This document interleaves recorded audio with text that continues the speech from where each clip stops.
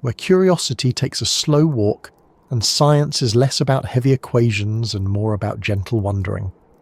Tonight's thought experiment is one that sinks rather than soars. It invites us not to look at the stars or the horizon, but to turn our attention downward, beneath the soil, beneath the stone, and into the hidden spaces of the planet we call home. What if the very first civilization, not just a handful of people hiding from storms, but a society in the true sense, was not living on the surface at all? What if it was underground? The idea sounds like something from an old adventure novel, or perhaps the kind of tale you'd hear whispered late at night when lights are low and imaginations run high. And yet it's a question that sticks, isn't it? Because beneath our feet lies far more space than above our heads. We talk so often about the vastness of the sky, but the earth itself stretches downward into layers we rarely see. And within those layers, could it be possible that life, human life, organised and enduring, once made its home there? Before we sink into that line of thought, let me ask you something. Where are you listening from right now? Are you in a city apartment with the muffled sounds of traffic outside? Are you in a quiet house where the only noise is the hum of an appliance?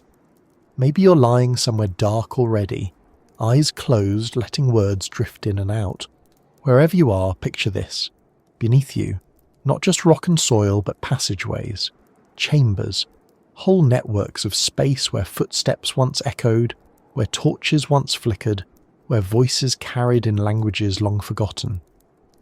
And if this wandering feels soothing, or perhaps just pleasantly distracting from the pace of the day, I'd be grateful if you pressed like, maybe subscribed, maybe shared this little pocket of calm with someone else. Because the more people who find these quiet journeys, the more we can keep making them. So let's begin, not with a claim of proof, but with curiosity. Because underground civilizations, whether real, imagined or symbolic, have always fascinated us. Think back to the first time you saw the entrance of a cave. Maybe not in person, but in a picture, or even in a cartoon. It feels different than a forest clearing or a beach. Caves call you inward. They feel like doors to another world, darker, quieter, almost timeless. And human beings have always answered that call. Tens of thousands of years ago, our ancestors didn't just use caves as temporary shelters. They decorated them. They painted walls deep inside with animals, symbols, and scenes of their lives. These weren't the acts of people simply hiding from rain. They were ceremonies of belonging. Underground was not just a place to wait for the weather to pass. It was a place that felt significant, almost sacred. And it wasn't just art. Early humans stored food in pits dug into the earth, kept water cool in stone chambers, and buried their dead beneath the ground. In a sense, our relationship with the underground is as old as civilization itself. We've always trusted it to hold things for us. Our harvests, our memories, our ancestors. But what if, instead of merely storing and decorating, people decided to stay there? Not for a night, not for a season, but for generations. What if an entire community decided that the surface was unreliable and that the real promise of safety and stability lay beneath? Imagine waking not to sunlight, but to the glow of firelight against stone walls. Imagine growing up without a horizon, your sense of space measured in the width of a cavern, your sense of time measured by routines instead of dawn and dusk. For us, it feels unnatural, but for a community born and raised there, it would be normal. It would be home. This isn't as strange as it might sound. There are places in the world where people have already lived partly underground for centuries. In the deserts of Iran, entire towns once relied on underground aqueducts and storage spaces. In the region of Cappadocia in Turkey, vast underground cities have been discovered, carved into soft volcanic rock. Some were large enough to hold thousands of people. They weren't fantasy. They were real responses to danger, to climate, to war. But what if that wasn't just a later survival strategy? What if, from the very beginning, humanity's first attempt at civilization started there, not above? Think of the advantages, protection from weather, insulation from heat and cold, concealment from predators and hostile groups. The surface is exposed, unpredictable, and often dangerous. Underground, things change slowly, temperatures are stable, there's quiet, there's safety. For a group trying to survive long enough to become something more than scattered families, the Earth itself would have seemed like the best roof of all. Of course, this raises the practical question: food, water, energy. How would they manage? It's one thing to hide in caves, another to thrive there. But nature gives us examples that it's not impossible. Fungi grow without sunlight, feeding on decaying matter. Certain fish and insects live their entire lives in dark caverns. Bacteria flourish in deep underground environments, drawing energy from chemicals rather than light. Water trickles through cracks in rock, pooling in underground rivers and aquifers. If people learn to harness these resources, to cultivate fungi, to catch cavefish, to use fire not only for warmth but for cooking and light, they might have built an entire culture down there. Think of children raised in such an environment. For them, the sun would be a rumour, perhaps a frightening one. The sky, endless and open, might feel less safe than stone ceilings and predictable walls. Their myths might not tell of gods above, but of dangers lurking upward, waiting to punish anyone who strayed too close to the surface. And it's not only survival that could happen underground, it's culture. Voices carry differently in stone corridors. Music, chanting, ritual, all would echo and fill the air in ways that surface societies couldn't match. Their stories would be lit not by starlight, but by flickering torches, shadows dancing on walls like living illustrations. So why haven't we found undeniable evidence of such a civilization? Perhaps because evidence underground doesn't last the same way. Tunnels collapse, chambers flood, sediment buries and erases. Surface ruins can be uncovered by wind or sand or time. Underground ruins may be sealed forever, locked beneath rockfalls, indistinguishable from natural formations. If an entire society once thrived beneath us, the Earth itself may have hidden its traces, and yet the idea won't leave us. Again and again, myths and legends return to it. Stories of Agartha, of Shambhala, of the hollow earth, tales of hidden kingdoms of peace or of danger far below. Perhaps they are nothing more than human imagination, but the repetition across cultures suggests something deeper. Maybe it's not that there was a literal underground empire. Maybe it's that we all, at some level, feel the pull of the underground. We feel that life there is not only possible but in some ways inevitable. Even modern science feeds that sense. When researchers explore deep caves, they often find life where they expect none.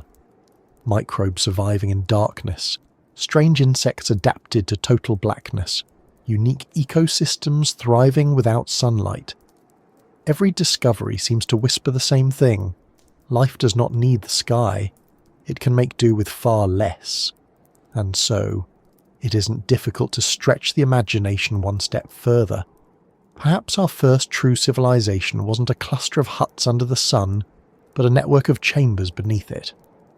Perhaps our story doesn't begin with sky above us, but with stone all around us.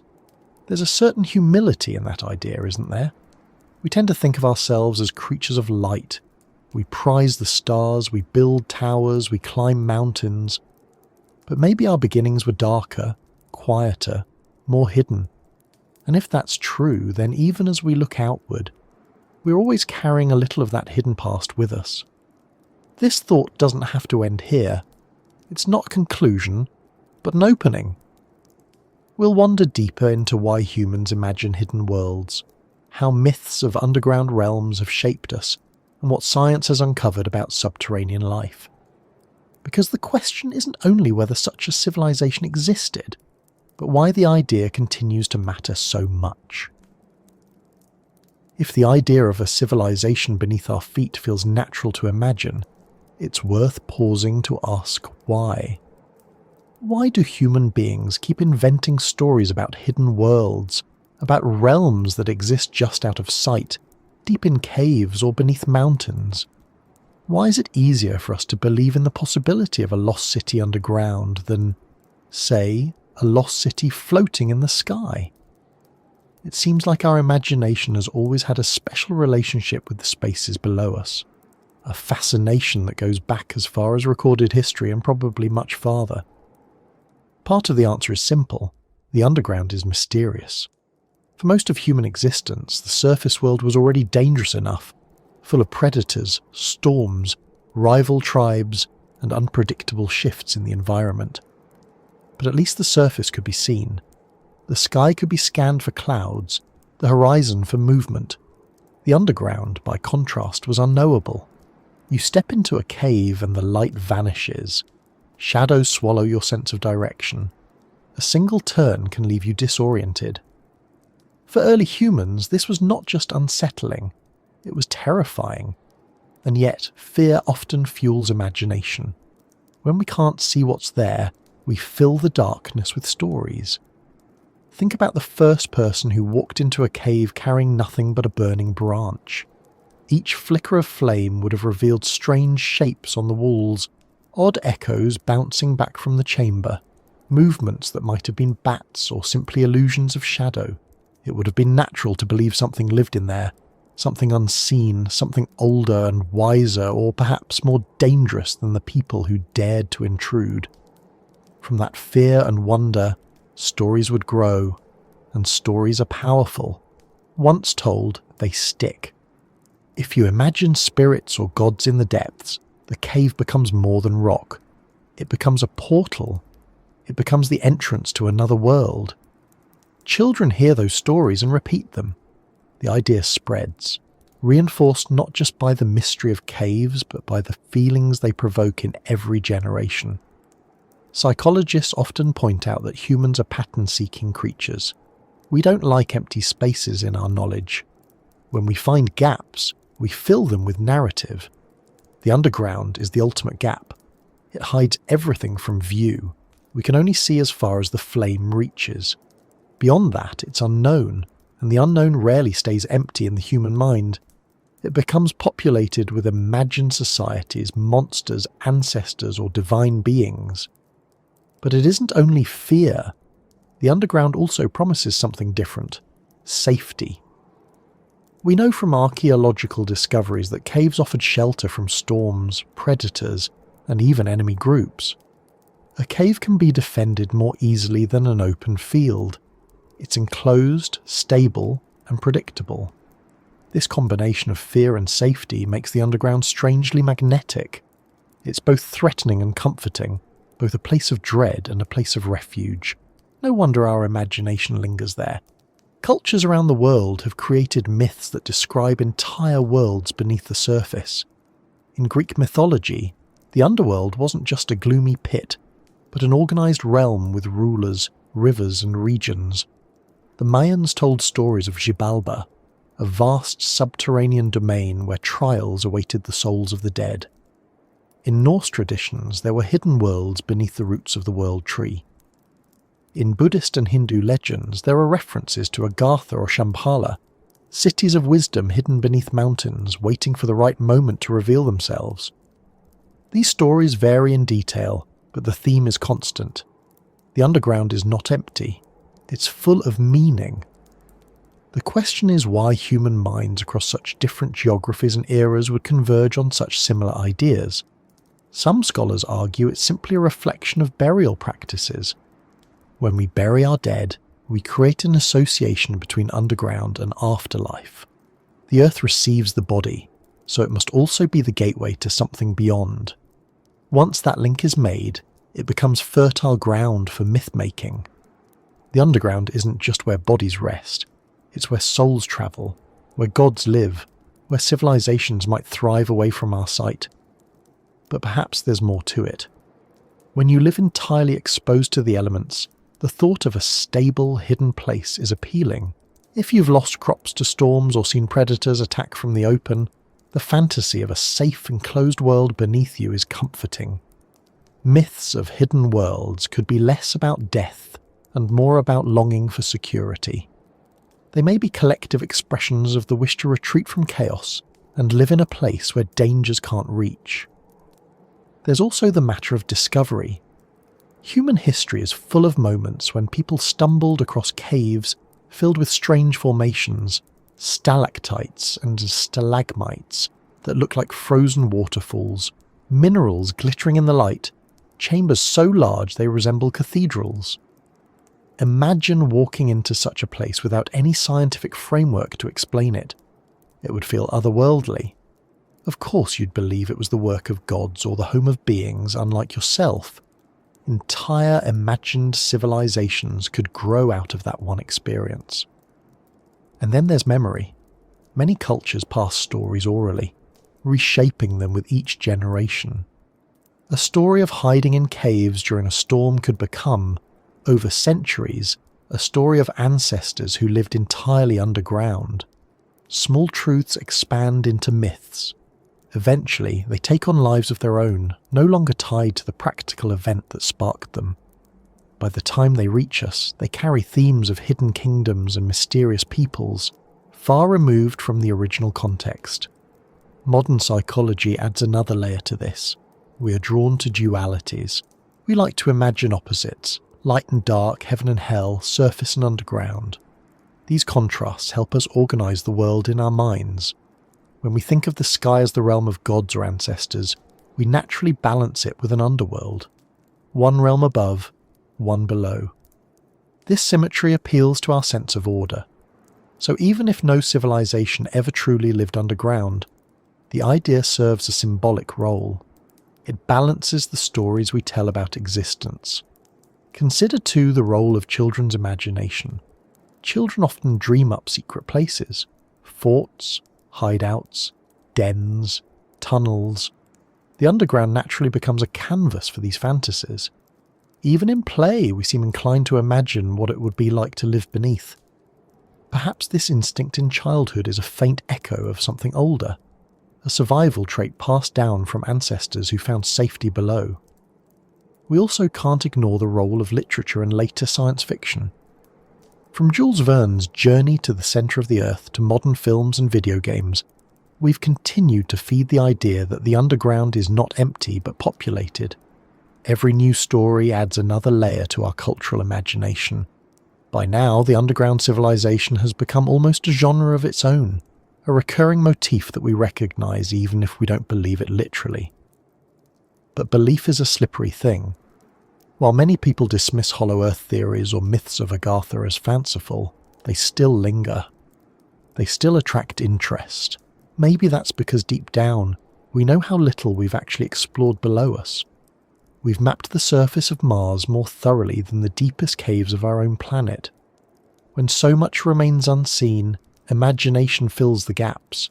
Hidden worlds remain possible, if not probable. Geology also plays a role in sustaining these ideas. Sinkholes appear suddenly, swallowing buildings and roads. Lava tubes stretch for miles, forming ready-made tunnels. Underground rivers carve passages that humans stumble upon only by chance. Every time we discover such a feature, it feels like a reminder that the Earth is full of surprises, that there could always be more hiding beneath. In that sense, myths of hidden civilizations are not entirely irrational. They're extensions of real experiences of finding vast, unexpected spaces underground. Another reason we imagine hidden worlds is the human attraction to secrecy. We're fascinated by the thought of something existing right beside us, unnoticed. It's the same impulse that makes secret passages in castles or hidden rooms in houses so compelling. The underground is the ultimate secret. It lies literally underfoot, ignored in daily life, yet vast enough to conceal almost anything. To imagine a civilization there is to indulge in the fantasy of secrets on the grandest scale. Let's not forget how the underground shapes our emotions. Spend a few minutes in a dark cave and your mind begins to play tricks. Sounds echo strangely. Time feels different. Without the sun, you lose track of hours. This distortion of perception makes caves feel like separate realities. When you emerge again into the light, it's like crossing between worlds. It doesn't take much to imagine that someone could stay on the other side, never returning, building a world that feels utterly distinct. Even language reflects our fascination. We speak of going underground when hiding. We call secret movements underground. We describe hidden culture as an underground scene. The metaphor is everywhere. It shows that we instinctively associate what is hidden, different, or alternative with what is beneath. This constant association only strengthens the appeal of imagining full societies living below. So why do we imagine hidden worlds? Because they satisfy multiple needs at once. They explain mysteries, they provide comfort, they balance our symbolic maps of the universe, they feed our longing for secrets, and they remind us of the strangeness that still exists in the earth. Even if we never find proof of an ancient subterranean civilization, the fact that so many cultures have imagined one says something profound about us. We are creatures who need to believe that there's more than meets the eye, that the world holds layers beyond what is visible. And perhaps, just perhaps, those stories are not entirely wrong, because even if the underground isn't hiding a forgotten city, it does hide countless forms of life we've barely begun to understand. In that sense, our imagination of hidden worlds is always justified. Beneath our feet, there really are worlds we haven't yet seen.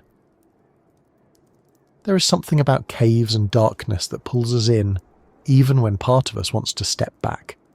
It's not a simple attraction.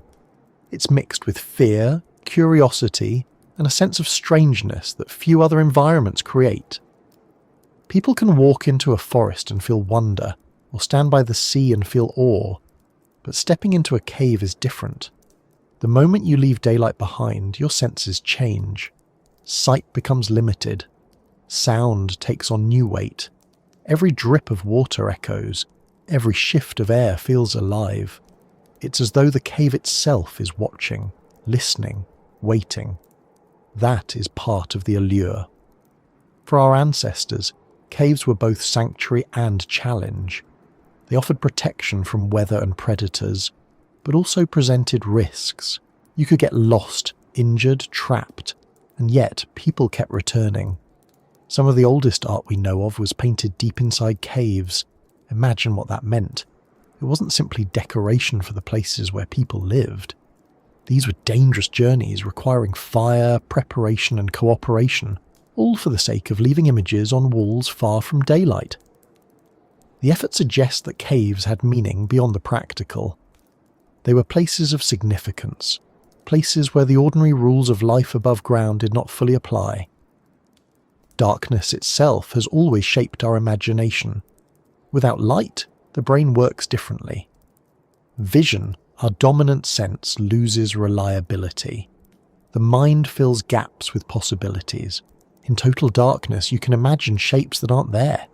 Hear sounds that have no source, feel watched when you're alone. This doesn't happen only in ancient caves. Even today, people who spend time in deep darkness report strange sensations, distorted perception of time, and even mild hallucinations. The brain does not like the absence of input. It compensates by creating its own. And so, caves become natural stages for stories of spirits, monsters, and hidden civilizations. But the allure is not only about fear or distortion. Caves offer something soothing as well. They are quiet. The chaos of the surface, wind, rain, predators, rival tribes, falls away. Inside a cave there is consistency. Temperature stays stable. The walls feel protective. Firelight can be controlled. For a group seeking order in an unpredictable world, this stability would have been priceless. Caves are paradoxical in that sense. Frightening and comforting. Disorienting and grounding. That paradox is what makes them so compelling. Psychologists might call this the edge effect. Humans are drawn to boundaries, places where one world shifts into another. A shoreline where land meets sea always feels special. A forest edge where open field becomes shadowed woods draws attention. Caves are another edge, perhaps the most dramatic one. They are the threshold between light and darkness, safety and danger, known and unknown. Standing at the entrance, we feel both impulses at once, the pull to go deeper and the urge to turn back. There is also something symbolic about caves. Across cultures, they have been linked to rebirth. Emerging from a cave can feel like emerging from a womb. Some myths describe heroes being born in caves or undergoing transformations there.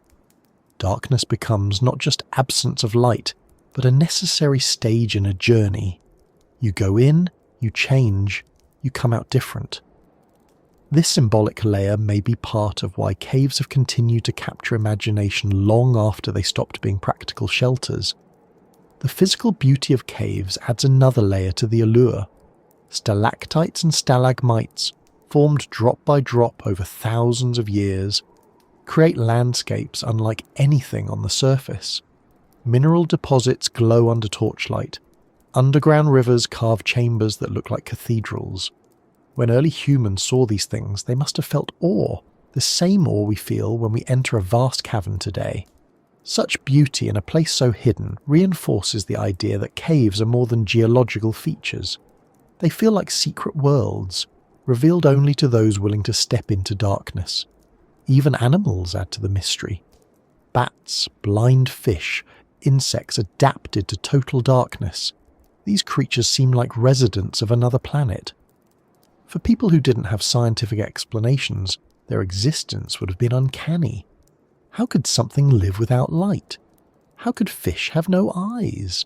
The underground world seemed to operate by different rules.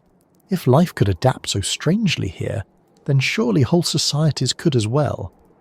And then there is time. In caves, time feels altered. Without daylight, there are no natural markers. An hour can feel like minutes or stretch endlessly. The silence, the steady drip of water, the constancy of stone, all combine to create a sense that time has slowed or even stopped. This timelessness adds to the sense of otherworldliness. It is easy to imagine that a cave is a place apart where ordinary history does not apply, where civilizations could exist outside the flow of surface time. In modern times, we still feel this allure. People travel to explore caves, not just for science, but for adventure. Spelunking, caving, underground tourism, all feed the same impulse. We want to see what lies beyond the light, even if it frightens us.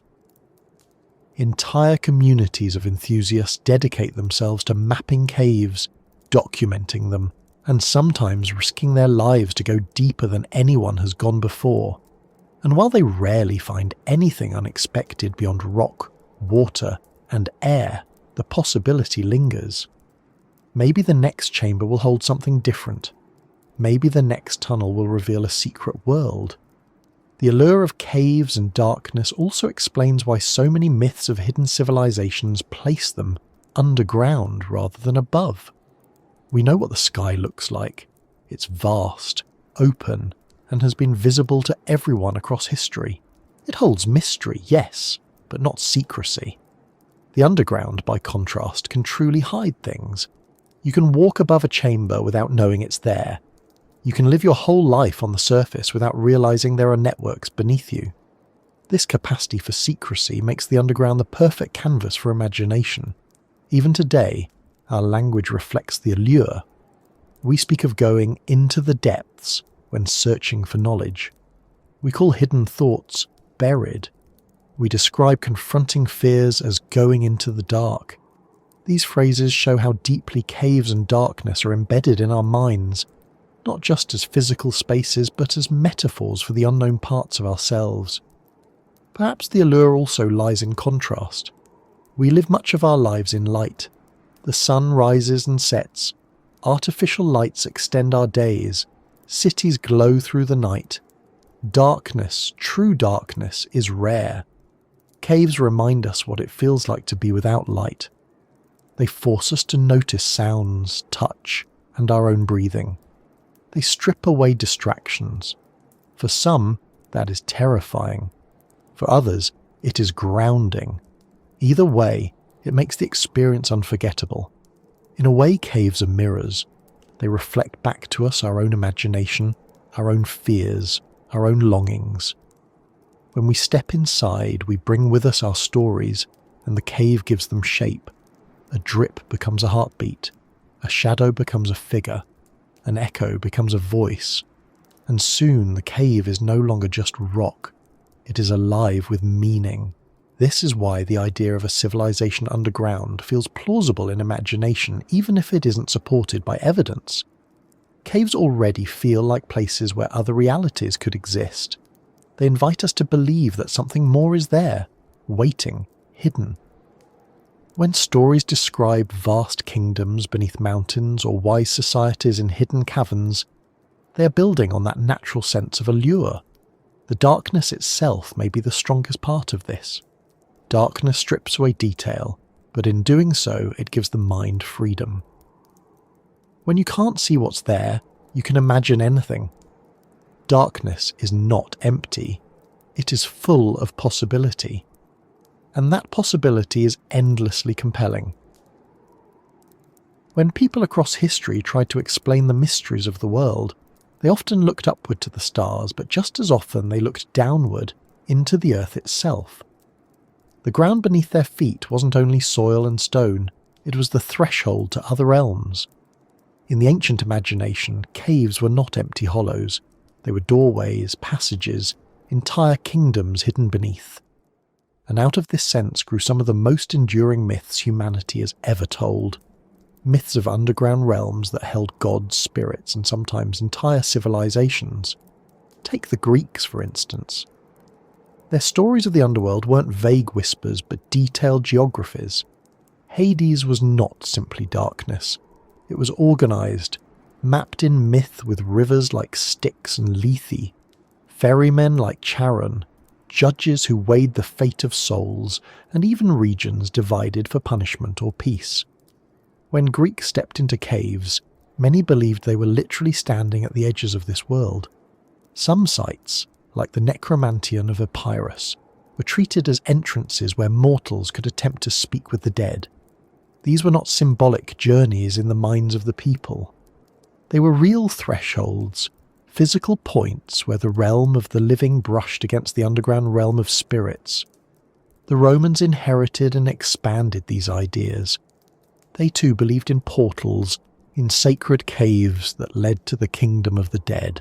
The Mundus Cereris, a pit in the Roman Forum, was opened only on certain days of the year, believed to allow spirits to pass between worlds. It was a ritual reminder that beneath the city, beneath all the noise and order of empire, there was another domain quietly existing, powerful and invisible.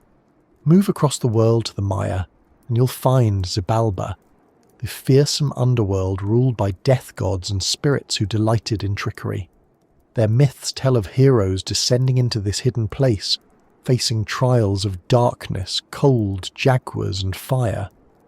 Caves in Mayan lands were seen as literal mouths of Xibalba, openings into a realm as structured and vivid as the villages above. Archaeological evidence supports this belief. Many caves in Central America contain offerings, carvings, and signs of ritual activity. The people were not simply using caves as storage. They were interacting with what they believed were the very gates to another world. In Norse traditions, the underground was just as significant. The Great World Tree, Yggdrasil, was imagined with roots extending deep below, into realms of frost, serpents, and ancestors. Niflheim, the world of mist and cold, lay beneath, a place of ancient forces. The idea of downwards travel wasn't metaphorical. It was the balance of the cosmos. Gods lived above, humans in the middle, and other powers beneath, all connected through the tree. The earth wasn't a flat stage. It was layered, and each layer had its own society. In Hindu and Buddhist traditions, we encounter myths of Agartha or Shambhala, realms hidden beneath mountains, sometimes within the earth itself. These were not dark pits of punishment, but places of wisdom, peace, and advanced knowledge. The underground here was not hellish, but utopian. Seekers believed that one day these hidden civilizations might reveal themselves to the surface world, bringing balance and enlightenment. And in some legends, only the pure of heart could find their way in. suggesting that these places were not only hidden physically but morally, accessible only to those who deserved them. Native American traditions also carry echoes of underground origins. Many tribes tell stories of ancestors emerging from beneath the earth to live on the surface. The Hopi, for instance, describe earlier worlds below, each destroyed or transformed, with people climbing upward through openings until reaching the current world. In this view, underground isn't just where souls go after death, it's where humanity itself came from, a womb of stone and darkness that gave birth to life above. In China, Taoist and Buddhist texts sometimes speak of hidden kingdoms within mountains, paradises protected from the chaos of the surface world. These realms too were imagined as underground or inside the earth, shielded from time and corruption. The underground becomes not only a place of death or danger, but also of preservation, a storehouse of wisdom waiting for the right moment. What's striking is that these myths, though separated by geography and culture, all share certain themes. They imagine the underground as populated, not barren, not empty, but filled with beings, societies, forces and rules. They imagine entrances that humans can stumble upon, often in caves, sinkholes or sacred pits. And they treat these entrances as significant, worthy of ritual, fear or longing. Some myths emphasize punishment and fear, others emphasize wisdom and safety. But in both cases, the underground is meaningful. It is the other side of existence, a place that mirrors the surface world but operates by different laws. Why would so many cultures converge on this idea? Part of it may come from burial. When the dead are placed in the ground, it is natural to imagine they continue in some way below. Part of it may come from the practical use of caves for shelter and ritual, which created associations between underground and sacredness. And part of it may come from the sheer mystery of darkness. Once a story is told of what lies below, it becomes believable because no one can easily disprove it. You can't see far enough into a cave to say with certainty that nothing is there. The endurance of these myths suggests that underground realms filled a deep need in human storytelling. They explained death, offered hope, or provided warnings. They gave structure to chaos. They helped people place themselves in a universe that felt layered, complex, and full of unseen powers. Even today, echoes of these myths remain. People still tell stories of Hollow Earth, of lost civilizations waiting beneath the surface. Conspiracy theories and fringe beliefs about tunnels, secret cities, and hidden powers are modern versions of ancient myths. They draw from the same source, the feeling that the Earth itself is not silent but alive with secrets. What's also fascinating is how these myths often portray underground civilizations as either more advanced or more primal than surface life. Sometimes they are utopias, with knowledge and peace beyond our reach. Sometimes they are places of horror, where spirits torment and darkness devours. Rarely are they imagined as simply ordinary.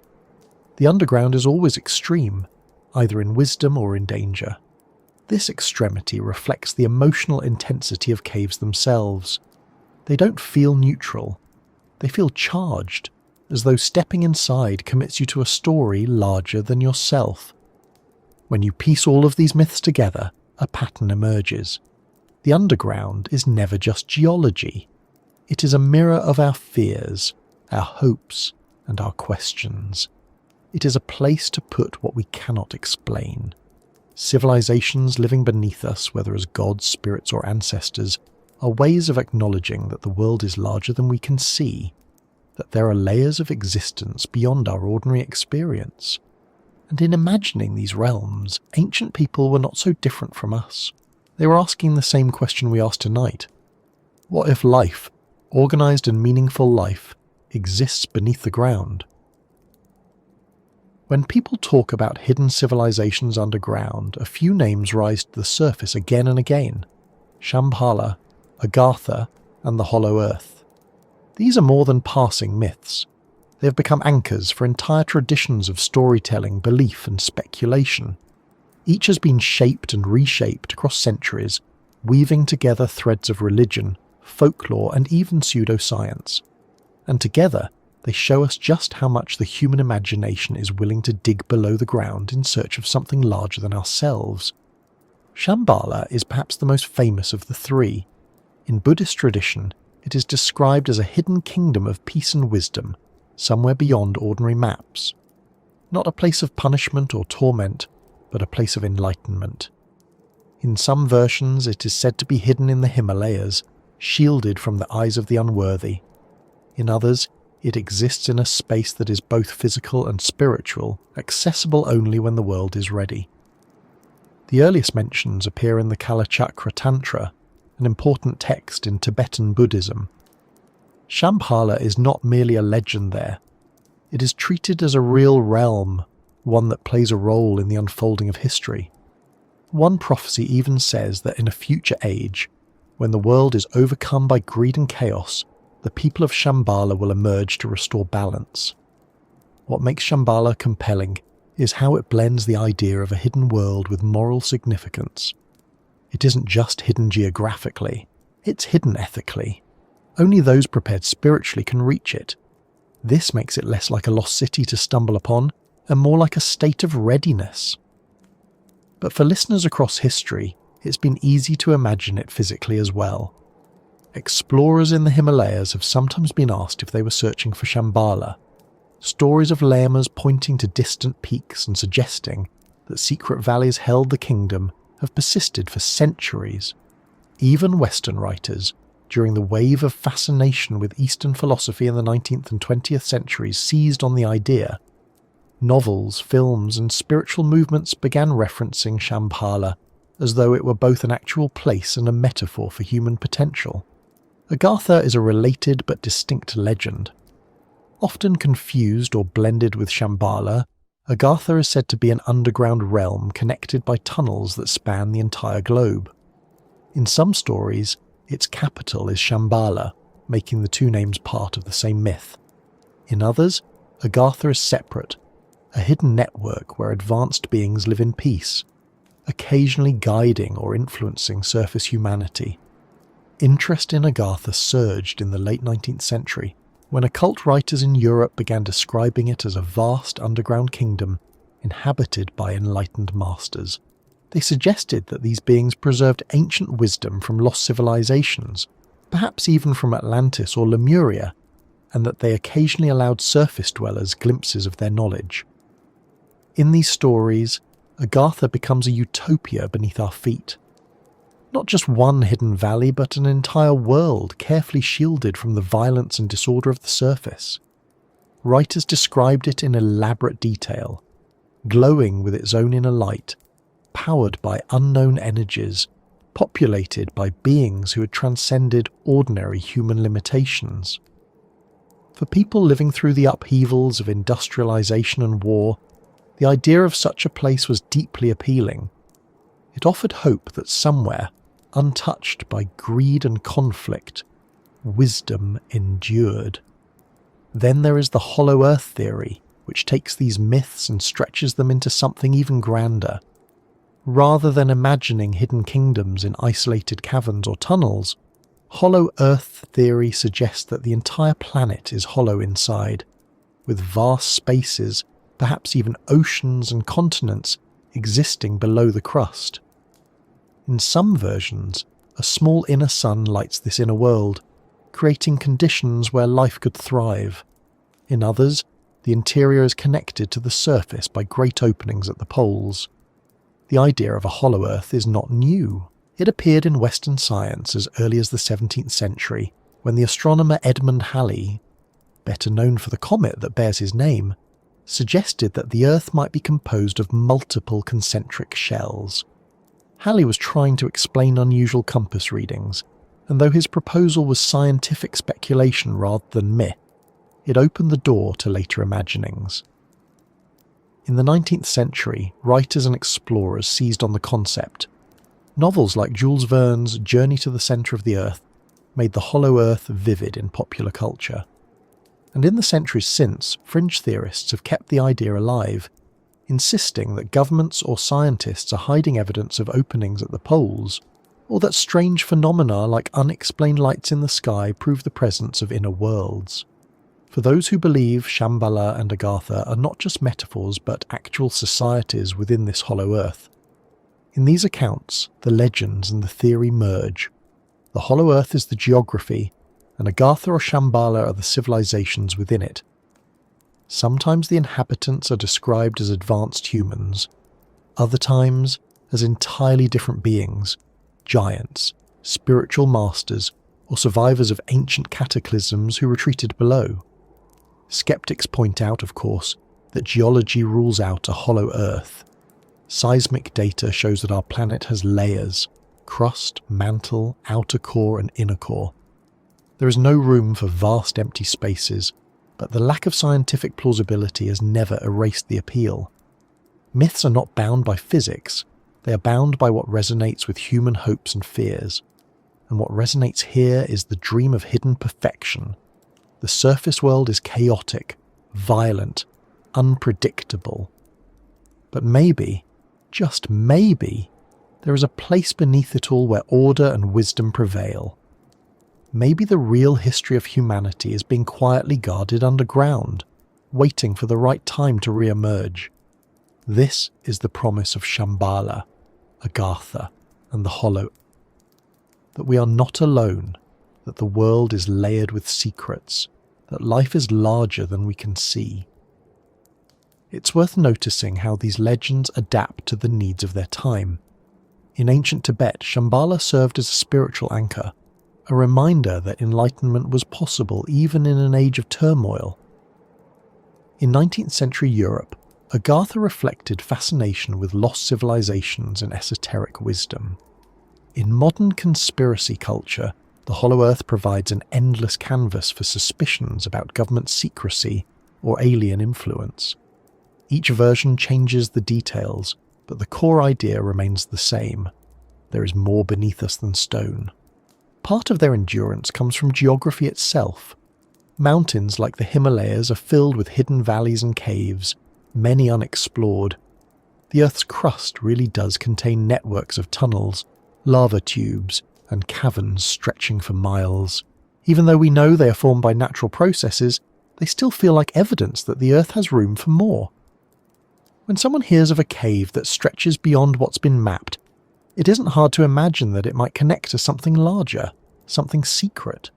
Stories of explorers stumbling upon entrances to these worlds only reinforce the myth. Tales circulate of lost adventurers, mysterious maps, and expeditions that vanished. Whether true or invented, they give weight to the feeling that these places could exist. After all, how much of the Earth's interior have we really seen? We've dug mines and drilled deep, but we've barely scratched the surface compared to the planet's full depth. The unknown leaves space for belief. And so Shambhala, Agartha, and the Hollow Earth live on, not as proven realities, but as living stories. They give us ways to imagine perfection, secrecy, wisdom, and mystery all at once. They let us believe that humanity has not yet uncovered everything, that just out of reach there are societies better than our own, preserved in stone and shadow. Whether we see them as myths, metaphors, or possibilities, they continue to shape how we think about what lies beneath. They remind us that our fascination with underground civilizations is not just a modern curiosity, but a long thread running through cultures across the globe. And when we ask tonight what it would mean if the first civilization lived underground, we are tapping into the same current of imagination. We're not inventing something new. We're joining a conversation that has been going on for centuries, carried by monks, storytellers, explorers, and dreamers. And in that sense, the legends of Shambhala, Agartha, and the Hollow Earth are not only about what might be hidden below, but about the continuity of human imagination itself. To imagine a civilization living underground, we have to ask one of the most basic questions of all.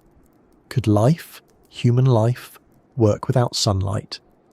The sun is so much a part of our existence that it feels inseparable from survival. We wake with it, measure our days by it, and depend on it to grow food. Yet if we look closely, we find that life without sunlight is not only possible, it is already happening in places we rarely notice. The world beneath us is full of examples that show how life adapts even in total darkness. The first challenge, of course, is food. Plants on the surface rely on photosynthesis, converting sunlight into energy. Take away the sun and the familiar chain of life collapses. But not all life follows this pattern. In caves, fungi and bacteria thrive without photosynthesis, feeding instead on decaying organic matter carried in by water or animals. Some bacteria even survive on chemical energy alone, drawing nutrients from the minerals in rock. Entire ecosystems have been found kilometers beneath the surface, supported not by sunlight, but by chemosynthesis, the process of using chemical reactions to create energy. In the deep ocean, around hydrothermal vents, life flourishes in complete darkness.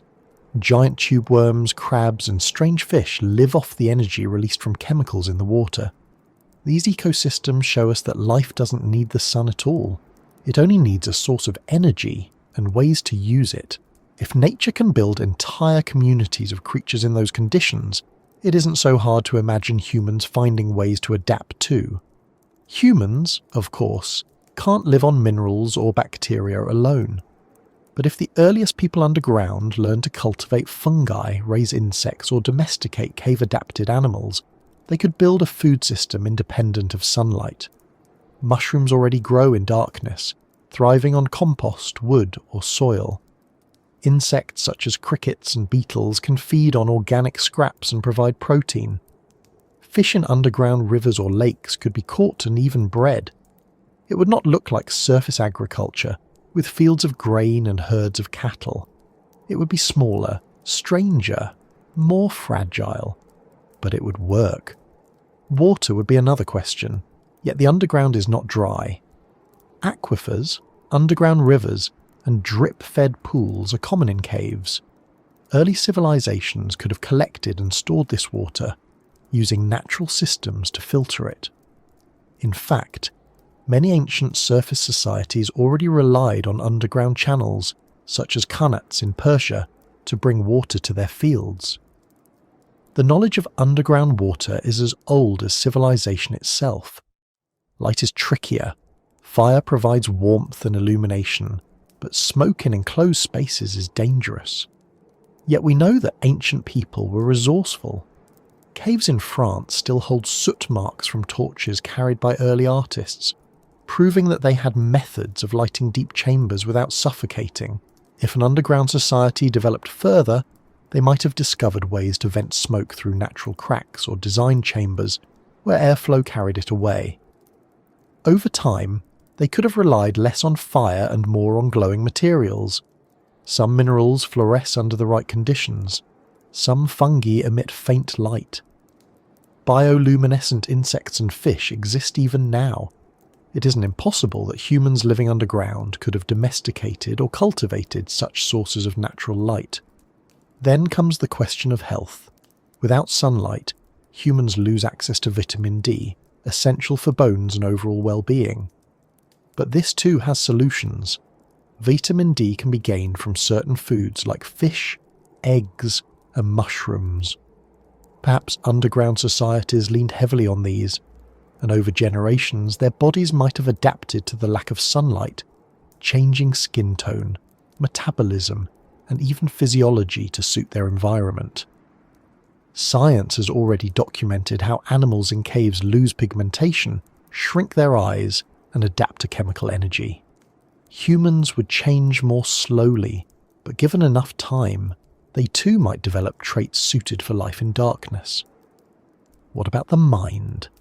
Light shapes our sense of time. Without it, our circadian rhythms drift. Experiments with people living in caves today show that sleep cycles can stretch or shrink without sunlight to anchor them. But in a society that lives entirely underground, these rhythms might adjust differently. Instead of following a 24-hour cycle, people could organise their lives around work, meals and rest, unmoored from the sun's influence. Clocks or routines could replace natural cues. In some ways, it might even feel freeing, a chance to shape time as they wished. Of course, the challenges would not end there. Agriculture on the surface produces surplus food, allowing large populations. Underground systems would be harder to scale, but civilizations don't have to look like ours to exist. A smaller, more tightly knit community could thrive underground, sustained by careful balance and deep knowledge of their environment. The psychological effects of darkness might be profound. Humans are drawn to light, to open space. Living underground could feel claustrophobic, isolating. But for those born into it, darkness would be normal. Children who had never seen the sun might not miss it. Instead, they would see safety in the stone walls, comfort in the predictable environment, community in the enclosed spaces. Their myths might warn of the surface as dangerous, chaotic, even cursed. The underground, in their view, would be the true home. What's interesting is that modern technology makes such an idea seem less far-fetched. People have built underground bunkers, subway systems, and even cities designed to withstand disasters. In places like Montreal or Helsinki, underground networks of shops and homes already exist, shielding people from extreme weather. If we can do this now with limited resources, it isn't impossible that ancient societies found simpler but effective ways to live below. And when we consider that Earth itself offers so much space underground, the idea feels almost natural. Caves stretch for miles. Lava tubes can be wide enough to fit entire buildings. Some sinkholes open into chambers the size of stadiums. Multiply that across the globe, and you have countless places where life could hide. So, could life without sunlight work? The evidence suggests yes. Not easily, not without adaptation and creativity, but yes. Fungi, insects, fish and bacteria prove that ecosystems thrive in darkness. Ancient people proved that caves could be used for art, ritual and survival. Modern examples prove that underground living is possible with planning. Put these together, and the picture emerges of a world where human civilization could indeed root itself beneath the ground, away from the sun, away from the surface, quietly sustaining itself for generations. And if that happened, we might never know, because an underground civilization, if it managed to endure, would leave few traces on the surface. It could remain hidden, its history sealed in stone, its stories told only by those who lived it. If we want to imagine people living underground, the first step is to look at what nature is already doing down there. Because long before humans thought about building tunnels or carving chambers, the underground was full of life. In fact, it might be fair to say that the majority of Earth's living space is hidden beneath our feet. The soil, the rock, the water-filled pockets, the deep crust. These are habitats we don't often think about, but they're teeming with creatures that have already proven survival. In darkness is not only possible but successful. Start with something as ordinary as soil. Scoop up a handful and you're holding an entire ecosystem. Bacteria, fungi, nematodes, mites, tiny insects, all living, eating, reproducing and dying in a world invisible to the eye. Billions of organisms can live in a single handful of Earth. They break down organic matter, recycle nutrients, and keep the system running. This is already a reminder that sunlight, while important above, isn't the only fuel below. The energy stored in plants, dead animals, and minerals trickles downward, feeding layer after layer of life. Go deeper, into caves, and you find even stranger communities. Some are entirely cut off from the surface. Isolated for millions of years, they have evolved in directions we would never expect. Blind fish that navigate with sensors on their skin. Insects without wings that rely on touch and vibration. Albino crabs that feed on bacteria instead of plants. Entire food chains that never see the sun. One famous example is the Muval cave in Romania. Sealed off for around 5 million years, it contains an ecosystem unlike anywhere else. The air is thick with hydrogen sulfide, toxic to most surface creatures, but bacteria there use chemicals, not light, to create energy. Those bacteria become the base of the food chain, feeding worms, spiders, and other creatures that have adapted to this alien environment. It's a working ecosystem, complete and self-sustaining, without a single ray of sunlight. And Muval is not unique. Deep in the ocean, around hydrothermal vents, life thrives where light never reaches. Here too, bacteria use chemical energy to create food. Giant tube worms, clams, crabs, and fish cluster around the vents, forming communities so rich that scientists were stunned when they were first discovered. They showed that sunlight is not the universal rule of life. Where there is energy, life will find a way to use it. Even deeper, in the cracks of Earth's crust, life has been found. Bacteria and archaea, single-celled organisms, live kilometers below the surface, feeding on minerals, surviving extreme pressure and heat. Some of these microbes are so slow-growing that their life cycles stretch into thousands of years. They are not the bustling societies of the surface, but they are proof that life exists where we once thought it impossible. And it isn't only small creatures. Larger animals have also adapted to underground life.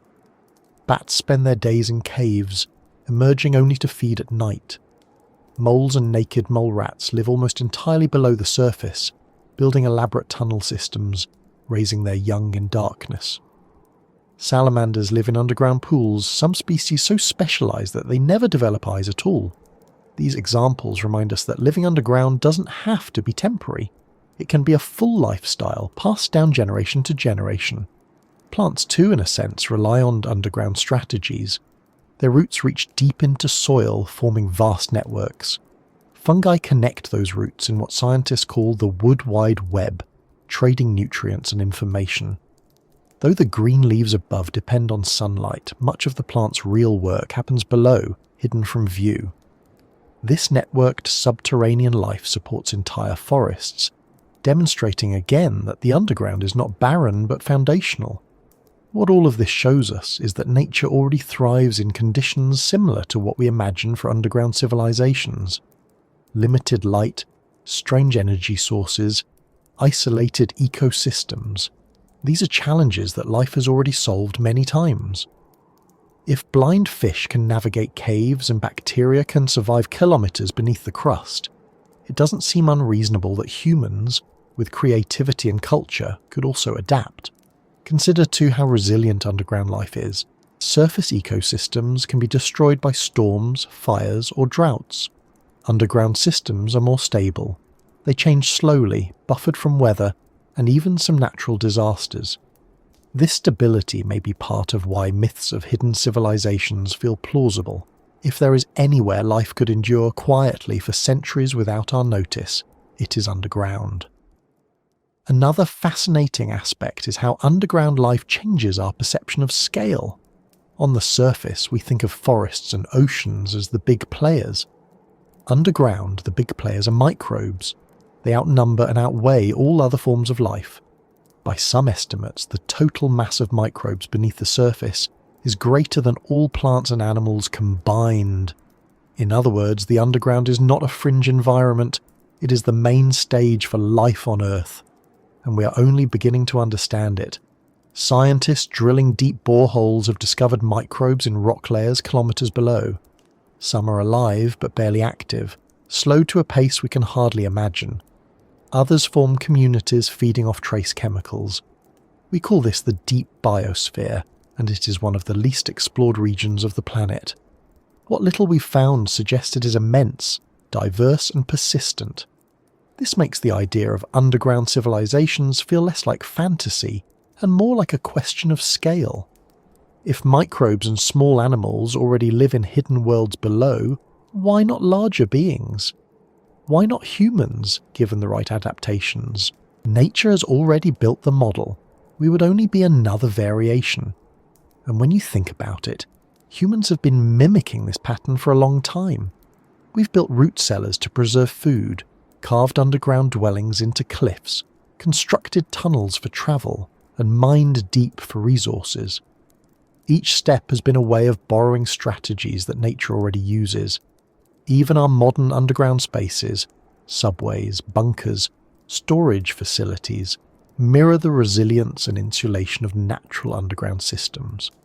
The more we learn about how nature thrives below us, the more the imagination of an underground civilization feels like an extension rather than an invention.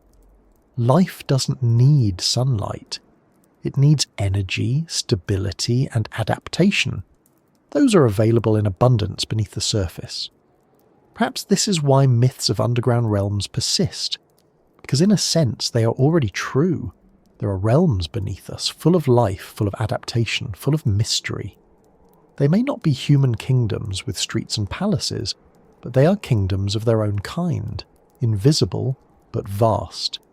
And once you accept that, the leap to imagining human societies among them becomes smaller. The precedent is already there. The underground is alive. It has always been alive.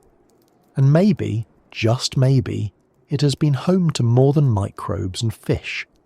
Maybe it has been home to us as well, in ways we have forgotten. To imagine a civilization beneath the surface, it helps to understand the science of the ecosystems that already exist underground.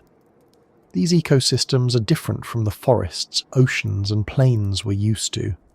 They're quieter, slower, stranger.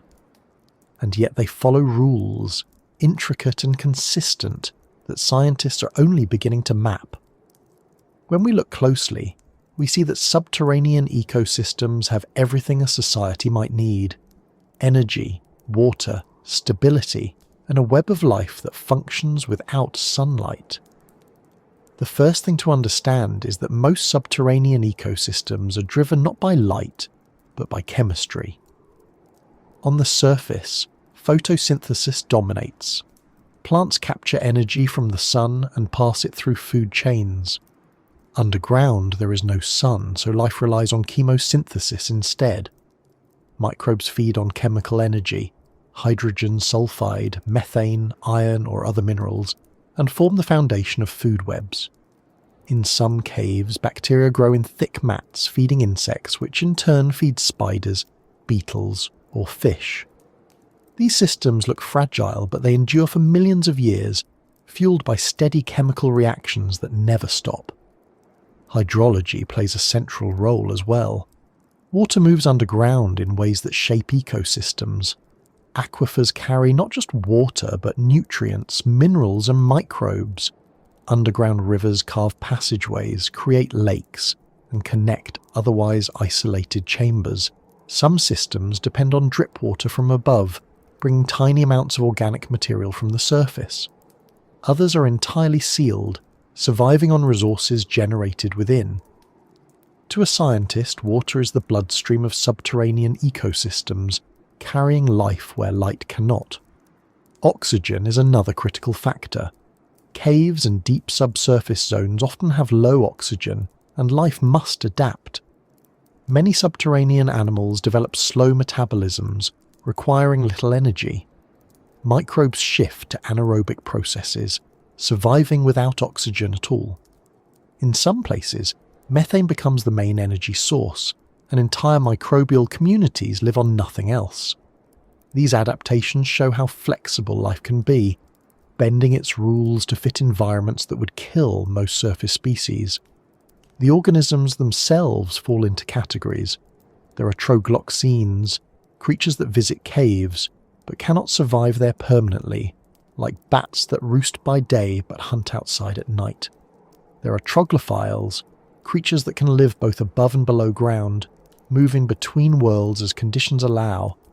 And then there are troglobites, specialists that spend their entire lives underground. These are the most striking. Blind fish, albino salamanders, insects with long antennae to feel their way through darkness.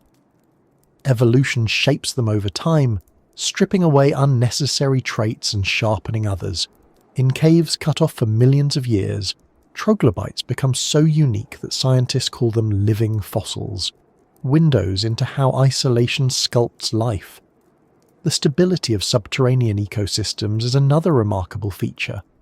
On the surface, ecosystems fluctuate with seasons, storms, droughts, and fire. Underground, temperatures are almost constant. Humidity is steady, and change happens slowly. This stability allows life to persist in delicate balance. Populations may be small, but they endure for astonishing spans of time. In the deep biosphere, microbes reproduce so slowly that entire communities seem frozen in time, ticking forward on scales we can hardly comprehend. This stability also makes subterranean ecosystems vulnerable. Because they are finely balanced, any disruption, a change in water chemistry, the introduction of a foreign species, pollution from the surface, can cause collapse. In this sense, they are both resilient and fragile, enduring for eons, yet sensitive to sudden shifts. Scientists studying these systems often describe them as analogues for alien worlds. Because they do not depend on sunlight, they resemble what we might expect on planets without bright stars or on moons beneath icy crusts. Europa, Enceladus, and Titan in our own solar system are prime candidates. If life exists there, it might resemble the microbes and specialized creatures we find in Earth's caves. In this way, the science of subterranean ecosystems reaches beyond our planet, giving clues about what life might look like elsewhere. What makes this science so relevant to our question is that it demonstrates every essential component of survival. Underground is already accounted for. Energy sources exist without the sun. Food webs can form from microbes upward. Water cycles carry resources through hidden veins. Oxygen is not always necessary, and life adapts in surprising ways when it is scarce. Stability allows for continuity across unimaginable spans of time. If microbes and fish can do it, humans with technology and cooperation could potentially build upon the same foundations. But the science also reveals limitations. Productivity underground is usually low. Food webs are thinner, populations smaller. Without sunlight, energy is harder to come by, so systems tend to be sparse. This suggests that if humans lived underground, their societies would likely be smaller, tightly regulated, and deeply dependent on resource management. Abundance would be rare. Balance would be everything. The study of subterranean ecosystems has another lesson too. Cooperation is essential. Microbes form symbiotic relationships, sharing resources and functions. Animals adapt to niches, avoiding wasteful competition. Ecosystems underground work because every part is finely tuned to every other. A human society underground would need to mirror this, organizing itself around strict cooperation rather than unchecked growth. And perhaps the most profound lesson is that life underground is invisible but immense. We walk across the surface every day without realizing that beneath us are layers upon layers of thriving systems. The science tells us that the Earth is not solid stone but a living body, its veins carrying water, its tissues alive with microbes, its hollows home to creatures we never see. In thinking about subterranean ecosystems, we are reminded that the underground is not barren. It is not empty.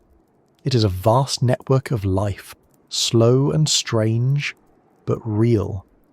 And if we take it seriously, then the question of underground civilization shifts. It is no longer a question of whether life could exist.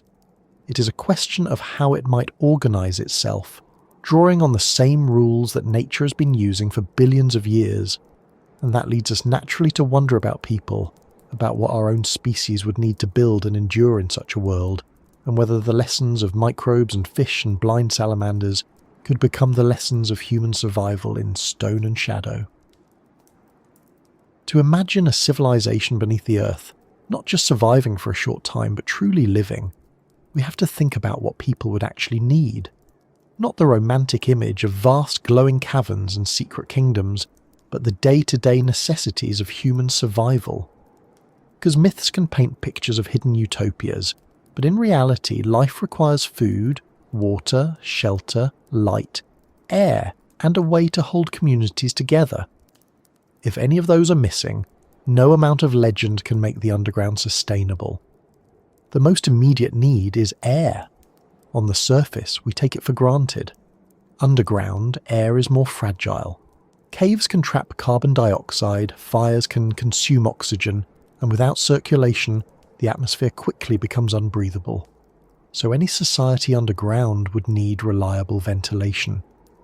Natural cracks and fissures can carry air in and out, but humans would likely have to expand those passages, building shafts that allow gases to escape.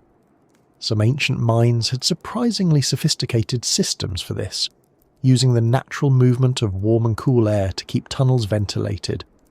For an entire community, that knowledge would be even more critical. Next comes water. No human group lasts long without it. Fortunately, underground systems are rich in water sources. Aquifers stretch beneath continents, rivers carve through stone, and pools collect from dripping ceilings. But not all water underground is safe. Minerals, sulfur, or bacteria can contaminate it. People would need methods of filtration, boiling, or using certain types of stone to purify what they drank. And since water flow underground can be seasonal or unpredictable, storage would be essential. Cisterns carved from stone, perhaps lined with clay, could hold reserves against droughts. Food is where things become most challenging. On the surface, agriculture relies on sunlight, and large animals graze on fields. Underground, neither is available. So what then?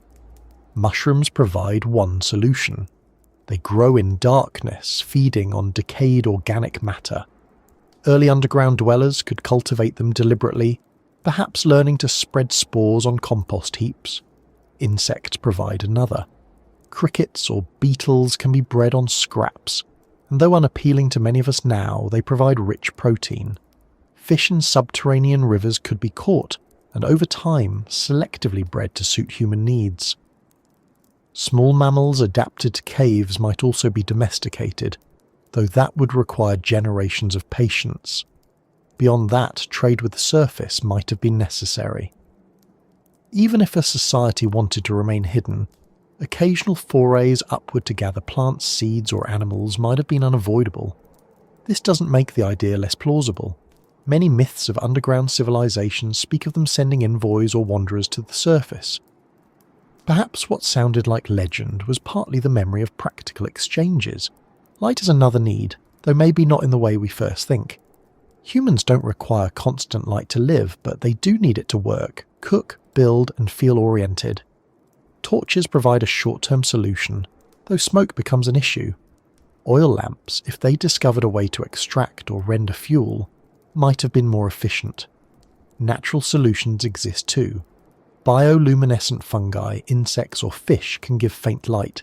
Even if weak, such sources could be cultivated in large numbers. Imagine caverns glowing with colonies of luminous mushrooms, providing just enough light to navigate. Not bright daylight, but a steady glow that made life possible. Shelter would be perhaps the simplest requirement, since caves already provide walls and roofs, but making them livable would take effort. Floors would need to be levelled, dampness managed, and fire controlled. Some chambers might flood, others collapse, so choosing safe spaces would matter. And as communities grew, people would have to carve new tunnels, expand chambers, and build supports.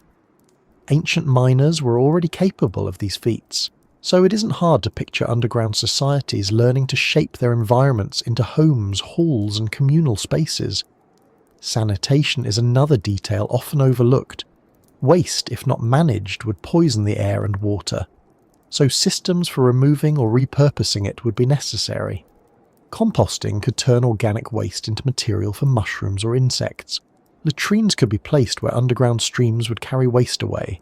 Without such systems, no group could last long.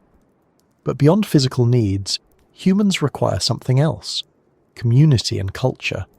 People do not survive on calories and air alone. They need cooperation, rules, rituals, and stories to give meaning to life. Underground, this need would be amplified. In a world of darkness and silence, shared songs, myths, and traditions would bind people together.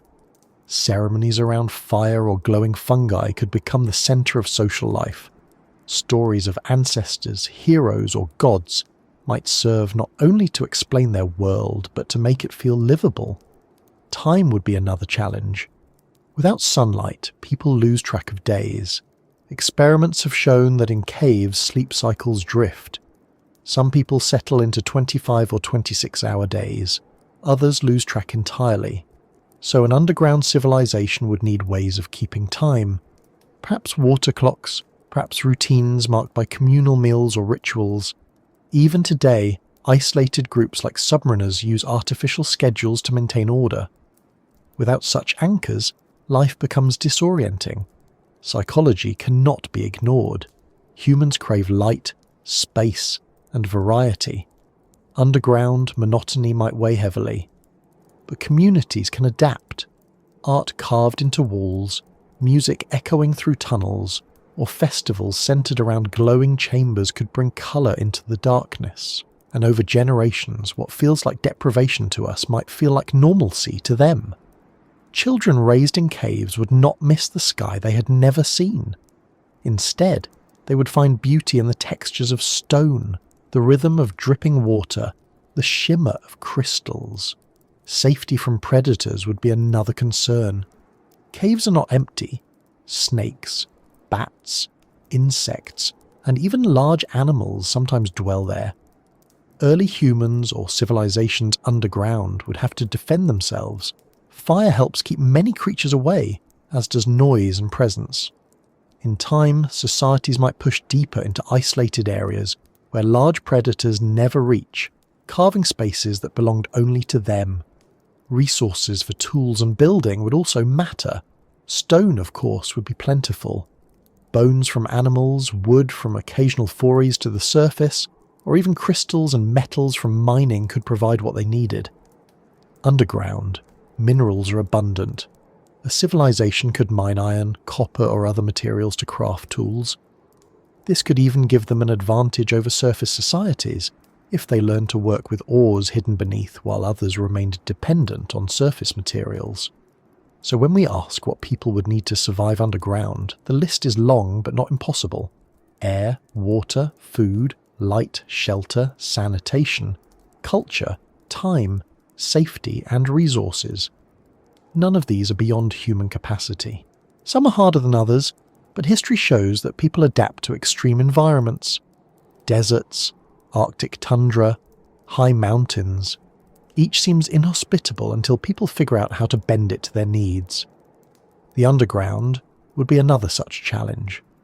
And perhaps what matters most is not whether each of these needs could be met, but whether they could be balanced. Underground societies would live on a knife's edge, where one mistake in water, air, or food might collapse the whole system. This might explain why myths describe underground civilizations as disciplined, enlightened, or advanced. To survive below, you would have to be. Chaos would destroy you. Balance would preserve you. So, yes, it is possible. The science of caves, the history of human ingenuity, and the resilience of life itself all suggest it could work. It would not look like our surface civilization, sprawling and abundant. It would be smaller, stricter, more careful. But it would be real, a society shaped by stone and silence, thriving in a world without sky. And once we imagine that, the question grows larger. Not just what people would need, but how they would arrange their lives, how they would build homes, how they would shape their world into something livable and meaningful. Because survival is only the beginning. Civilization is more than endurance. It is architecture, culture, and imagination. When we think about building a life underground, perhaps the hardest part to picture is how people would provide themselves with food, water, and energy. On the surface, these things are everywhere. Rain falls from the sky, rivers run across the land, crops grow in fields, animals graze on grass. The sun itself pours out energy each morning, free and abundant, the quiet engine behind all life as we know it. Underground, none of that is obvious. No sun, no open rivers, no fields of wheat stretching out to the horizon. Yet, if we look closer, we find that each of these essentials has its counterpart in the depths. Harder to manage perhaps, but not impossible. Begin with food. For most of human history, food has been tied to sunlight. Plants capture light, animals eat the plants, and we eat both. Remove the sun, and that familiar cycle collapses. But underground, other cycles exist. Fungi thrive in darkness, breaking down matter into nutrients. Mushrooms can be cultivated deliberately, fed with compost, wood, or even dung. In some cultures on the surface, mushrooms were already prized sources of food, so it isn't hard to imagine an underground society leaning on them as a staple. Insects provide another path. Crickets, beetles, and mealworms grow quickly, eat little, and provide rich protein. While modern tastes may resist the idea, many cultures around the world have relied on insects for nutrition.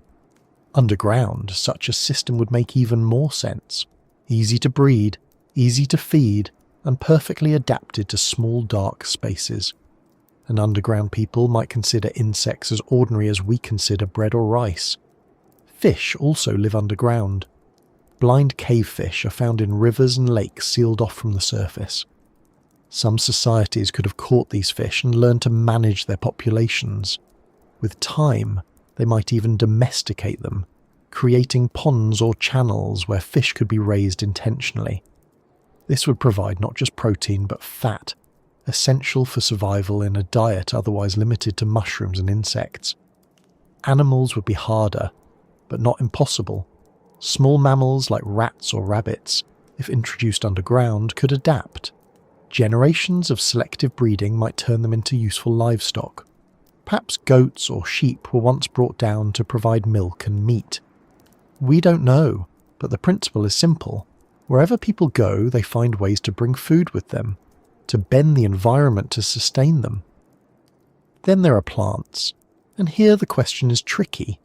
Most plants require sunlight, but some can grow in very low light, or with substitutes. If underground people discovered glowing fungi or managed to capture bioluminescent organisms, perhaps they could nurture small plants. More realistically, they might build systems that relied on trade, occasionally gathering seeds or grains from the surface. Myths often speak of underground dwellers who interact with the surface world only rarely, as if they emerged to collect something precious. Maybe food was one reason why. So food, though difficult, has solutions. Not the abundance of the surface, but enough to endure. Mushrooms, insects, fish, small animals, occasional plants, and clever management. Water, meanwhile, is actually more plentiful underground than many imagine. Aquifers stretch like hidden oceans below us, vast reserves trapped in stone. Caves often contain rivers and lakes slowly fed by rain filtering from above. Drip water can be collected, and with proper storage it can last through dry periods. The challenge is not availability, but purity. Some underground water is rich in minerals, even poisonous. Sulfur springs, iron-rich pools, or stagnant water could make people sick. So filtration would be essential. Sand, charcoal, or even certain types of stone can filter water. Boiling provides another solution if fuel is available. Underground, people would have learned by trial and error which sources to trust. Another issue is transportation. Rivers underground can be narrow or dangerous, so carrying water to communities would require containers, channels, or cisterns. Clay, stone, or even animal skins could be used. In some myths, underground cities are described as being built around great lakes or rivers, as though proximity to water was the deciding factor for settlement. This makes sense. Water dictates where people live, above or below. Energy is perhaps the most fascinating puzzle. On the surface, energy comes from the sun, from wind, from flowing rivers. Underground, none of these apply. So what then could a civilization rely on? The most obvious answer is fire. Wood carried from the surface, or peat, or coal if they learn to extract it, could provide heat and light. Fire is dangerous in enclosed spaces, but with ventilation systems it can be managed. Beyond fire, there are subtler sources. Bioluminescence could provide light, though not strong enough for heavy work. glowing fungi or insects could create atmosphere, orientation, and even ritual significance. Geothermal energy might play a role too. Underground, heat seeps from the Earth's core. Hot springs, steam vents, or warm rock could provide natural heating. Some societies might have learned to use these, channeling steam to cook food or warm chambers. And then there is human energy. In the absence of abundant resources, people themselves become the engines. Muscle power, organised into routines, can grind grain, pump water, or carry supplies. In an underground society, cooperation would not just be social but mechanical. Many hands working together to replace the absent energy of the sun. Imagine, for example, a great hall lit by faintly glowing fungi with people gathered to share food of mushrooms, fish and insects, drinking from cisterns filled by dripping water, warmed by stone that holds geothermal heat. Above them, unseen, the sun shines for other societies. But below, life continues, self-sustaining, fragile yet enduring. Of course, survival underground would never be easy. Food supplies would need constant management.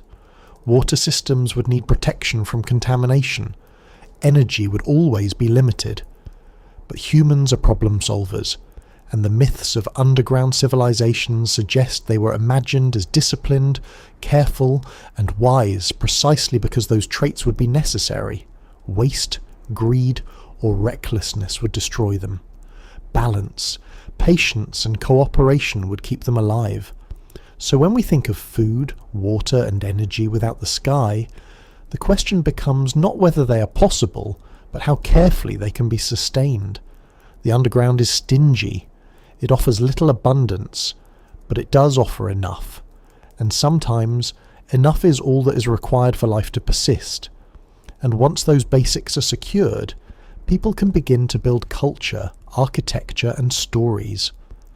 Once bellies are full and thirst is quenched, once warmth keeps out the chill, imagination flourishes. Food, water, and energy are the foundation.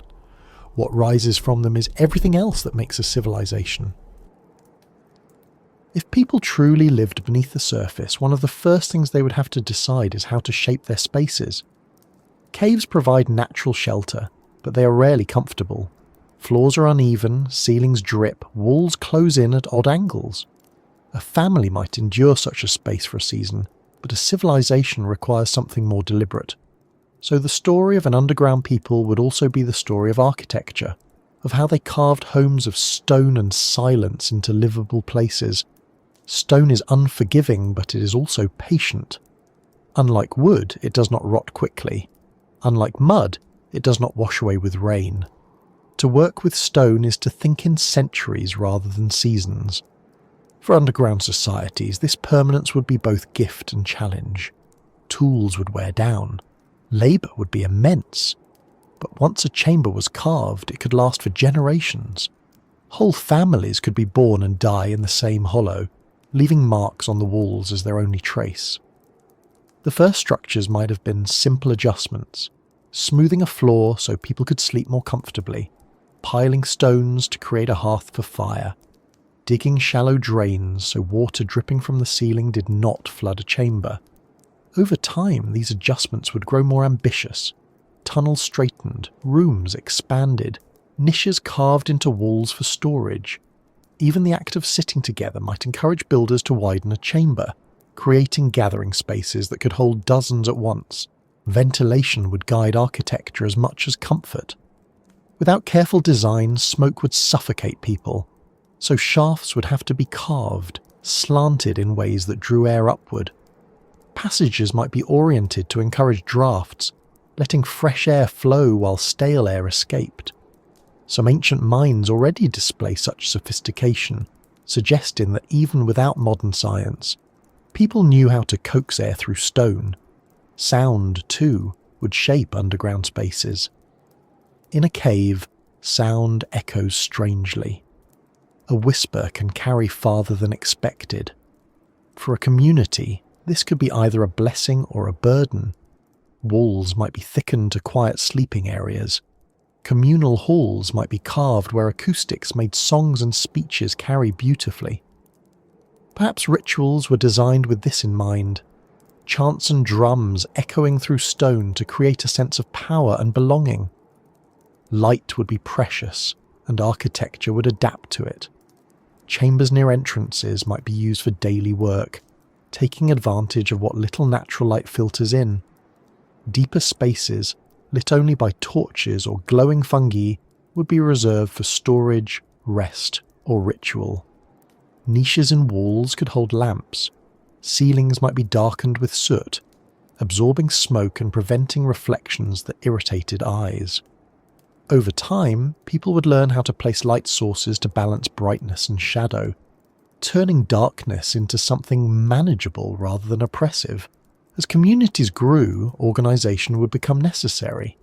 Families might cluster around central halls, their living spaces branching like roots from a main stem. Shared facilities, cisterns, storerooms, meeting chambers would anchor the design. Paths would be widened to allow travel, walls marked to guide the way. Underground architecture often resembles labyrinths, but for those who live in them, they are maps of memory. Every twist and corner becomes familiar, named, and woven into story. Safety from collapse would be another concern. Unsupported ceilings can fall, crushing everything beneath, so pillars would be left standing, natural stone left in place as ribs to hold the weight. Some cultures might even carve pillars deliberately, shaping them into symbolic forms, animals, ancestors, gods, turning necessity into art.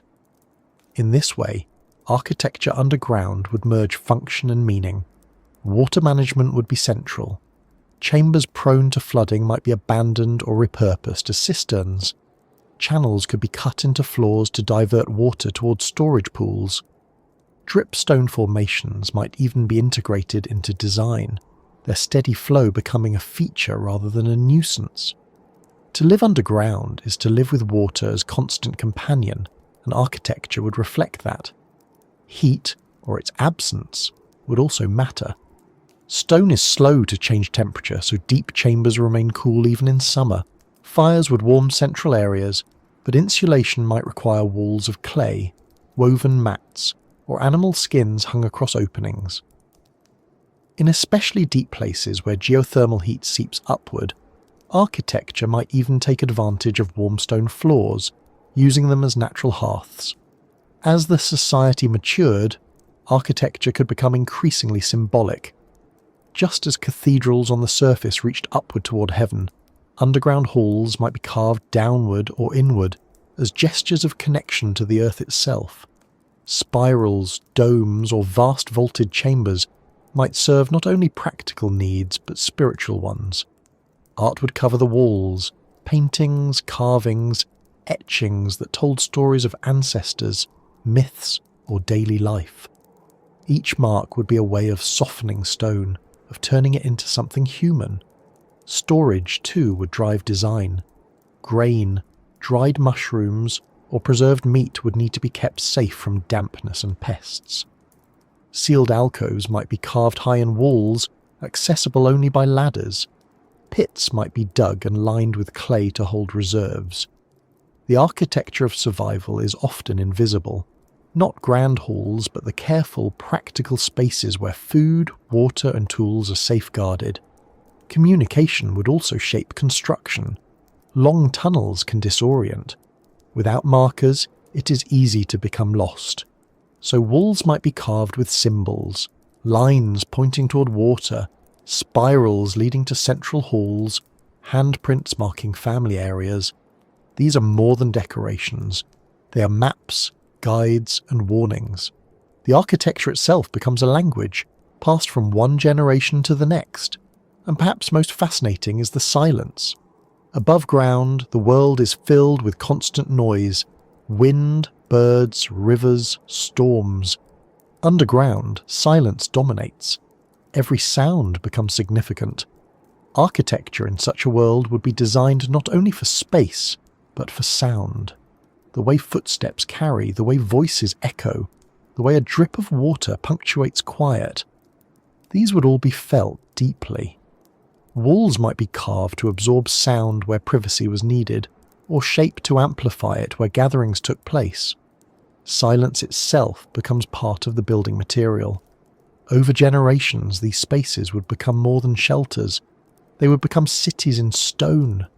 Not cities like ours with towers and streets, but networks of chambers and tunnels, layered and connected, organic yet purposeful.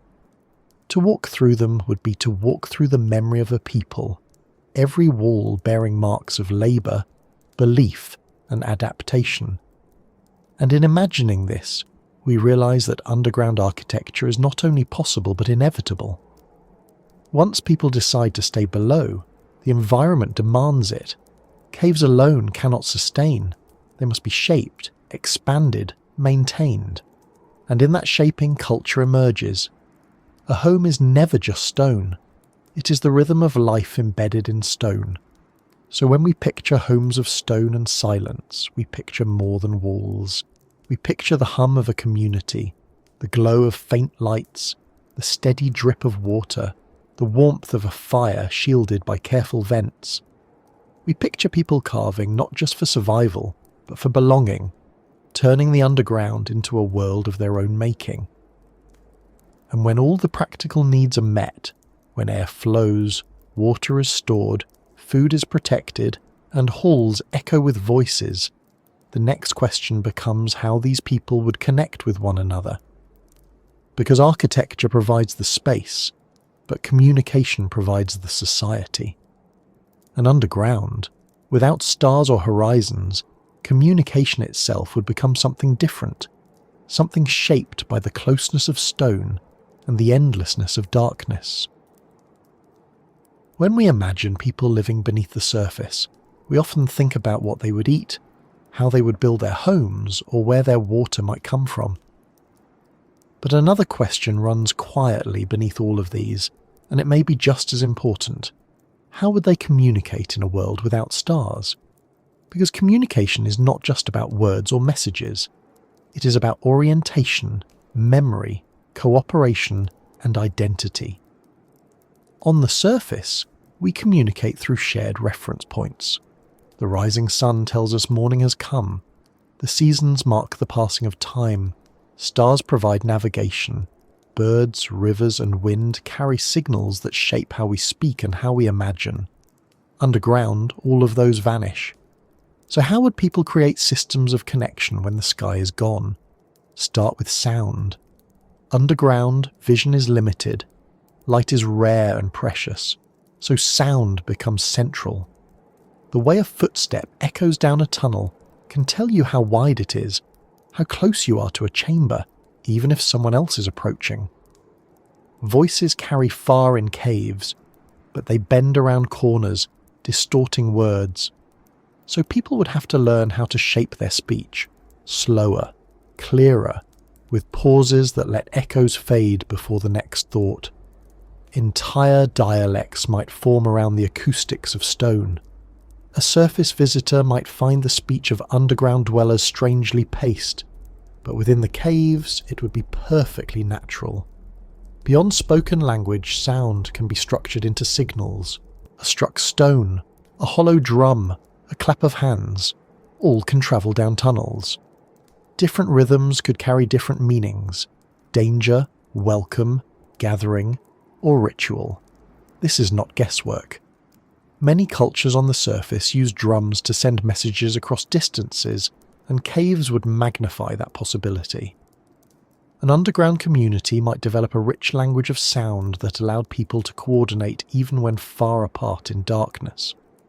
Whistles could serve a similar role. High-pitched tones travel differently through narrow passages, carrying farther than speech. Some shepherds on the surface already use whistle languages to communicate across valleys. Underground, such a system would be even more useful. A few notes could tell you who is coming, where water is found, or which direction to follow. Touch would also become a form of communication. When vision is scarce, the hand becomes a guide. Walls can be carved with textures, smooth for safe paths, rough for dangerous ones, spirals for gathering halls. Travellers could read these with their fingertips as easily as we read street signs. Families might leave unique marks, a series of lines or dots to claim a space as theirs. Communication through touch extends beyond walls. Handshakes, embraces, or the brushing of fingers could carry deep meaning in a place where faces are not always visible. Symbols would play a major role. Carved into stone, painted with minerals, or arranged with stacked rocks, they would serve as markers for direction, property, or belief. In caves around the world, prehistoric people left handprints, animals, and abstract patterns. These were not random. They were messages to others, expressions of identity, or ways of connecting across time. An underground civilization would likely expand this practice, turning every chamber into a canvas of communication. Light itself could become a signal. A torch waved in a certain pattern, a lamp covered and uncovered, a glowing fungus arranged in a circle. All could carry meaning. In darkness, the smallest light becomes significant.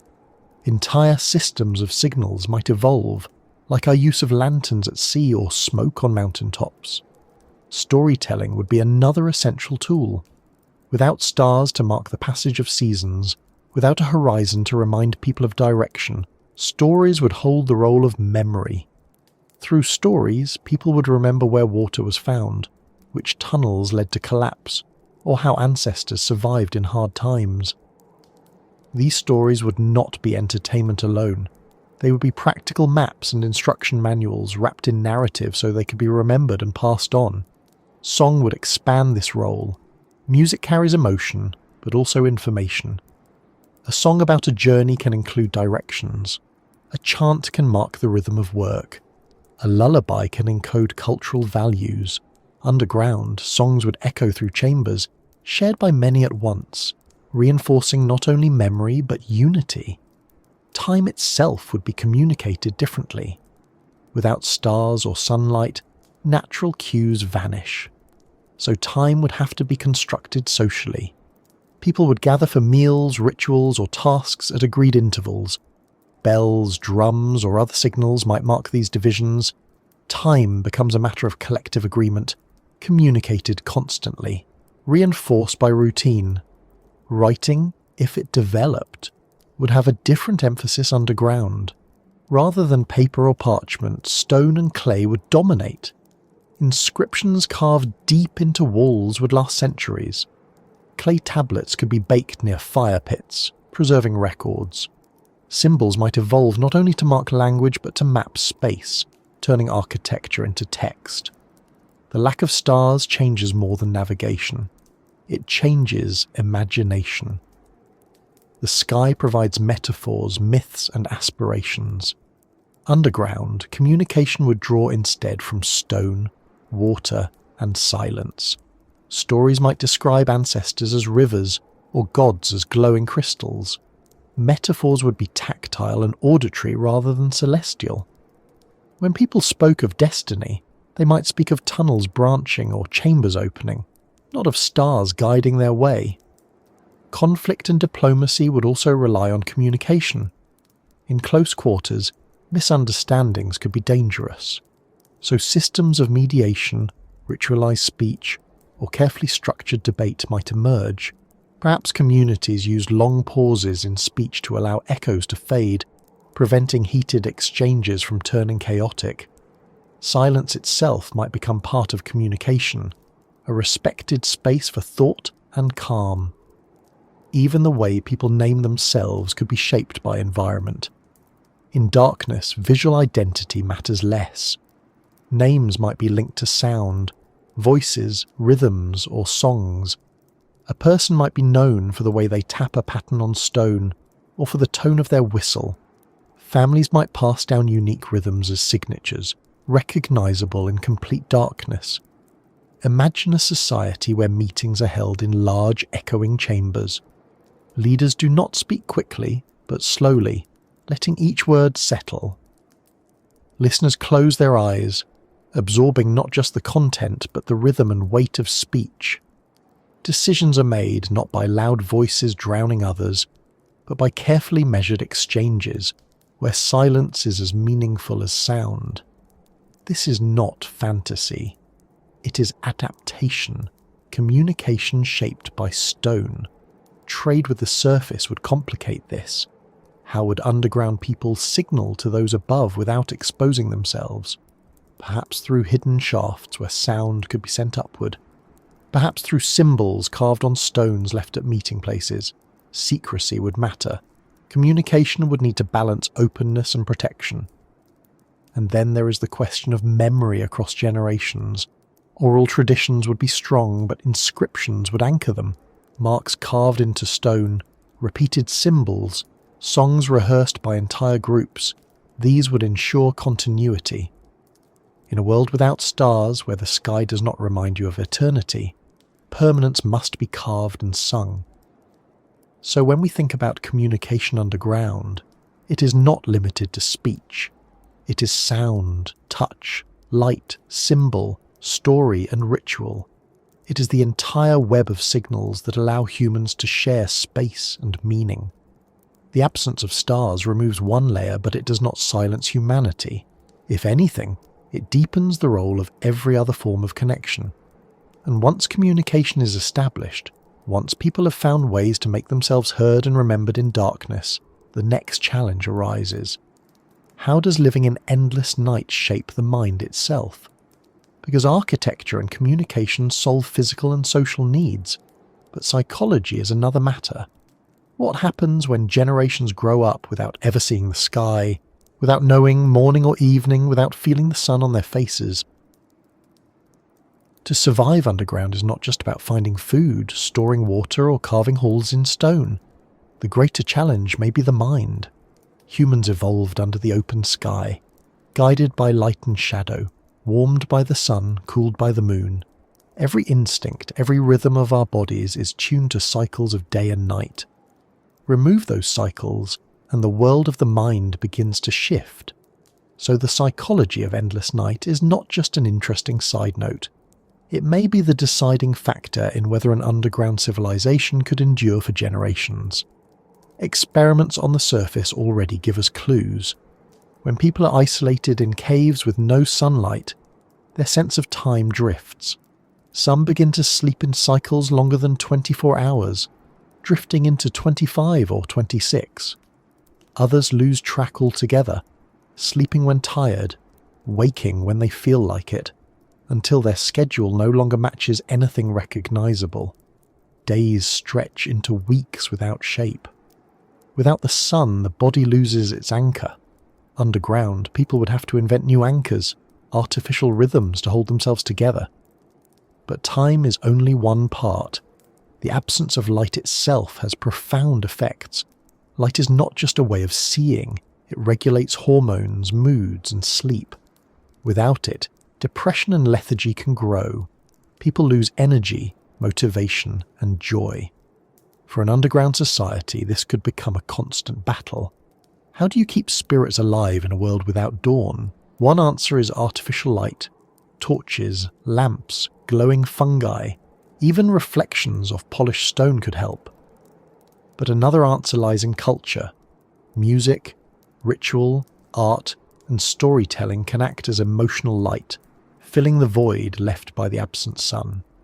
Silence, too, has psychological weight. Above ground, the world hums with sound, wind through trees, birds calling, rivers running. Underground, silence dominates, broken only by water drips, footsteps, or voices.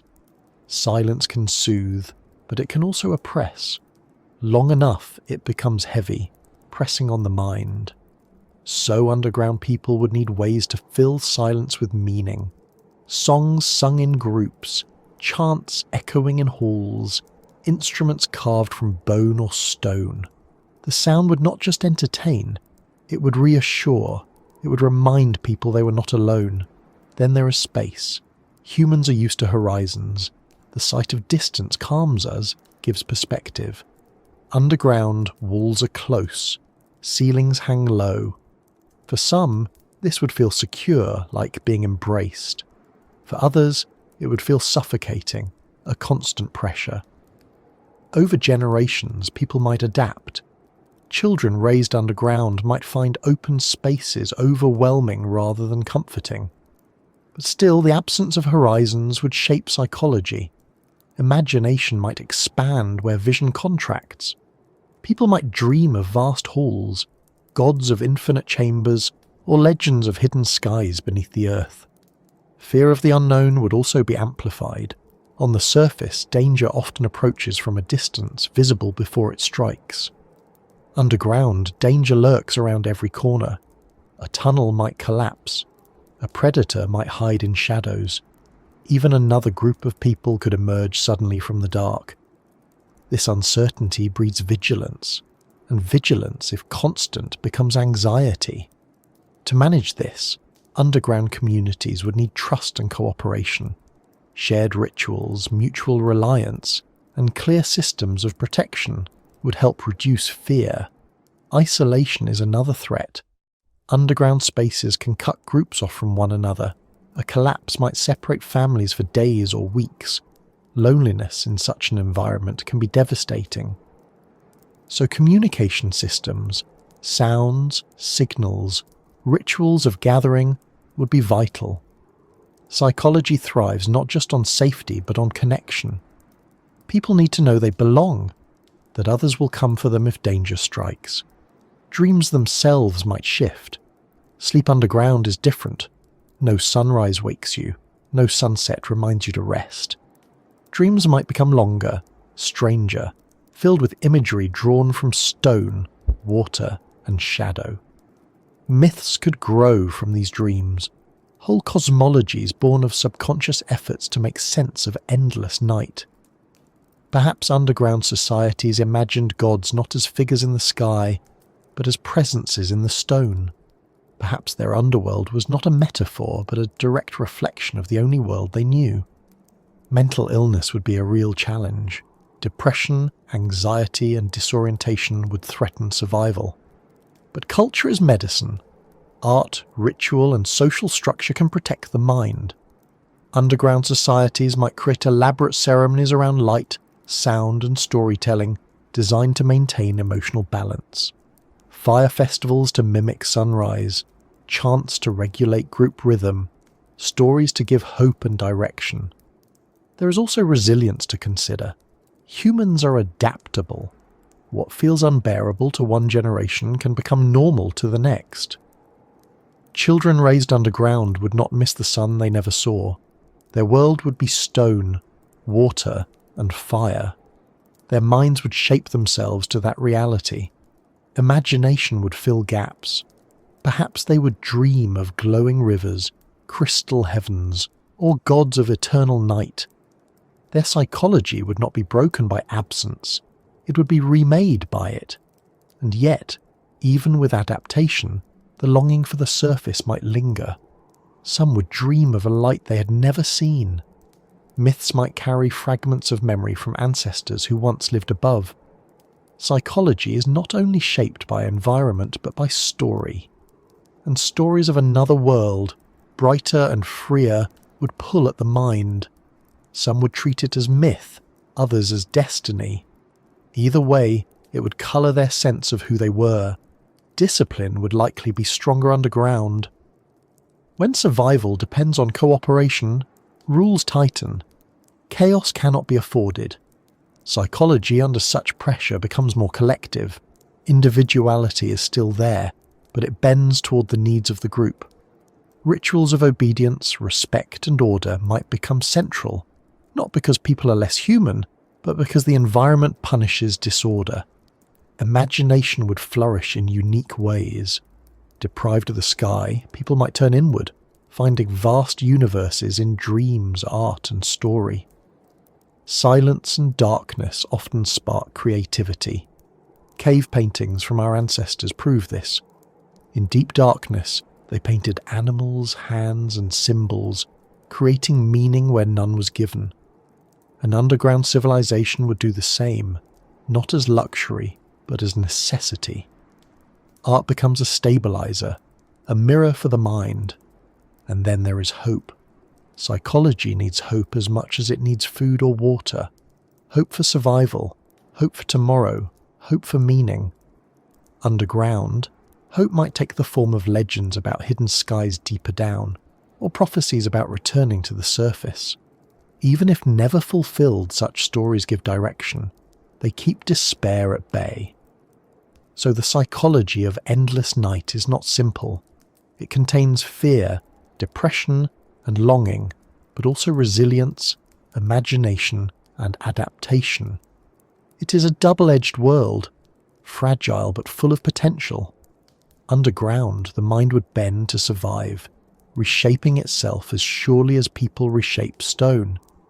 And when minds adapt, when communities create rituals and culture to sustain themselves, the question becomes how they organise that culture. Because psychology is about individuals, but civilization is about groups. And in the endless night, groups would have to find ways to rule, to share, to live together without tearing themselves apart. When people gather in large numbers, rules emerge. Sometimes they are spoken, sometimes they are only understood, but they are always there. A family can live without them, but a civilization cannot. Survival underground would depend not only on food and water, not only on air and architecture, but on how people agreed to live together. The stone itself would enforce certain laws. Space is limited, resources are fragile, mistakes are costly. But beyond those natural pressures, people would need to decide how to share, how to lead, and how to prevent chaos from tearing them apart. The first step toward organisation might have been necessity. In small groups, decisions are often made by consensus or by whoever shows the strongest personality. But underground, the margin for error is narrow. One person hoarding food, one family wasting water, one reckless fire could put everyone at risk. So leadership would be more than authority. It would be responsibility. Leaders might be chosen not for strength or wealth, but for wisdom, patience, and reliability. Those who could think carefully, who could balance needs fairly, would rise naturally. Elders would likely play a central role. In darkness, memory is survival. The older generation remembers which tunnels collapsed, which waters turned poisonous, which rituals kept people steady. Their authority would not only be respected, it would be vital. A society underground might have developed a council of elders, each voice carrying the weight of years. Decisions would not be rushed. Pauses would stretch, words weighed carefully. In a world of silence, wisdom is slow, and patience becomes law. Division of labour would also emerge quickly. Underground life does not allow for everyone to do everything. Some would manage water, checking cisterns and channels. Others would cultivate mushrooms, tend insects, or fish in hidden streams. Builders would carve new chambers, strengthen old ones. Guards would watch for predators, intruders, or signs of collapse. Storytellers, singers, and spiritual leaders would maintain morale. Specialization would not be luxury. It would be the glue that held the community together. Rules around resources would likely be strict. On the surface, abundance allows for waste, but underground, every scrap matters. Food would be rationed, water distributed according to need, energy carefully saved. Punishments for breaking these rules might be severe, not out of cruelty but out of necessity. To steal food underground is not just theft, it is endangering lives.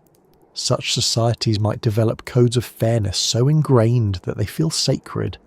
Sharing becomes more than kindness, it becomes survival. Conflict, of course, would still exist. Humans argue, compete, and resent, no matter the environment. But underground, conflict cannot be allowed to fester. Walls are too close, voices too loud, lives too interdependent. So systems of resolution would have to be formal. Rituals of mediation, circles of dialogue, or decisions handed down by councils. Exile might be the harshest punishment, for to cast someone into deeper darkness without support would be worse than death. Religion or belief systems might intertwine deeply with organisation. Leaders may not only govern but also guide spiritually, reinforcing rules with myth and ritual.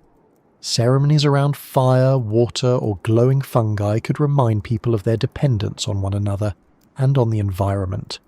Moral codes might be framed as sacred obligations, not just practical ones. In this way, survival rules would become cultural laws, carried from generation to generation not as commands but as traditions. Trade and cooperation between groups would also matter.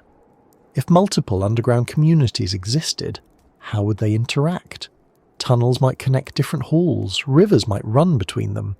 Alliances could form, exchanging food, tools, or stories. But mistrust would be natural too. Secrecy protects survival. The balance between openness and isolation would shape politics. Perhaps rituals of trust evolved.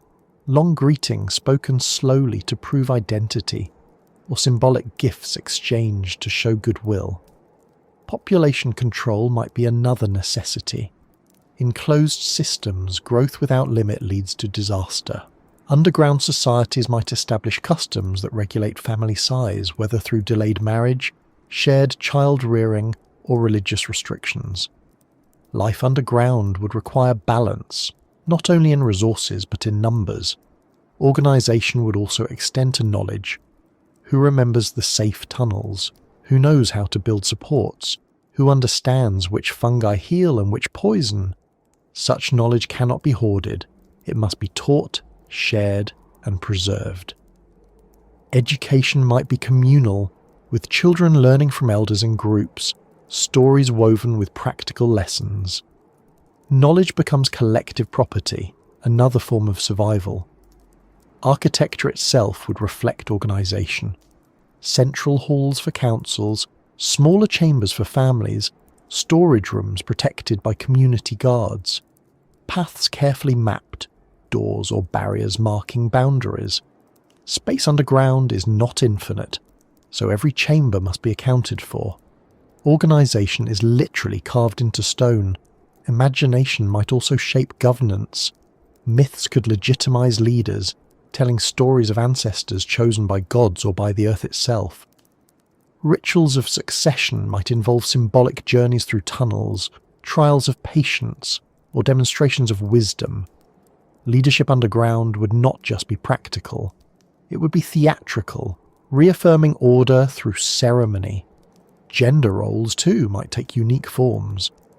In many surface societies, roles were shaped by access to fields, hunting grounds, or warfare. Underground, the division might shift. Those skilled at navigating tunnels, calming disputes, or preserving resources could hold high status regardless of gender. Labour would be valued for survival, not for tradition.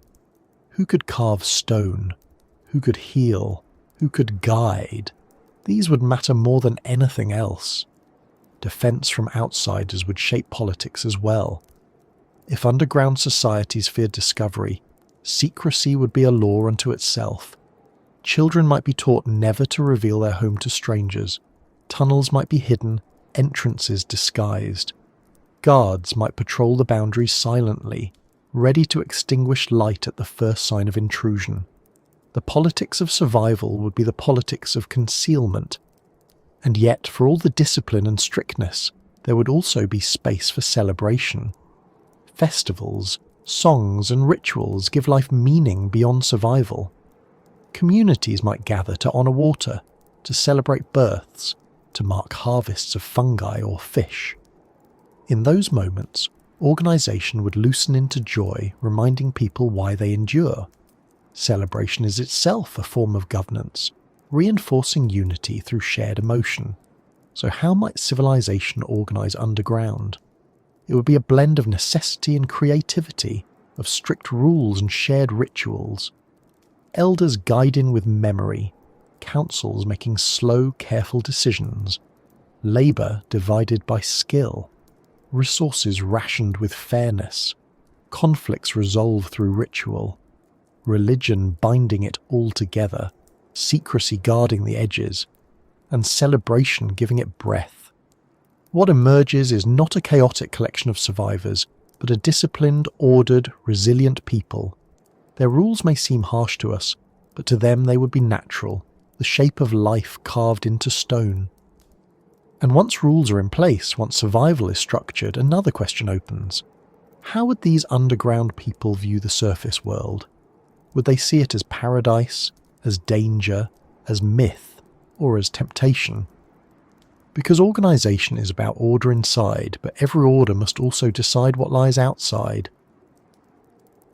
Technology does not always mean machines, engines, or electricity. It means the ways people bend their environment to survive. It means the tools they craft, the systems they invent, the clever shortcuts that turn weakness into strength. Above ground, technology grew in partnership with the sun, the wind, the open field, and the flowing river. Underground, it would grow in the absence of all of those things. So technology born from darkness would not look like ours. It would not rise in towers of glass or spread across fields of metal.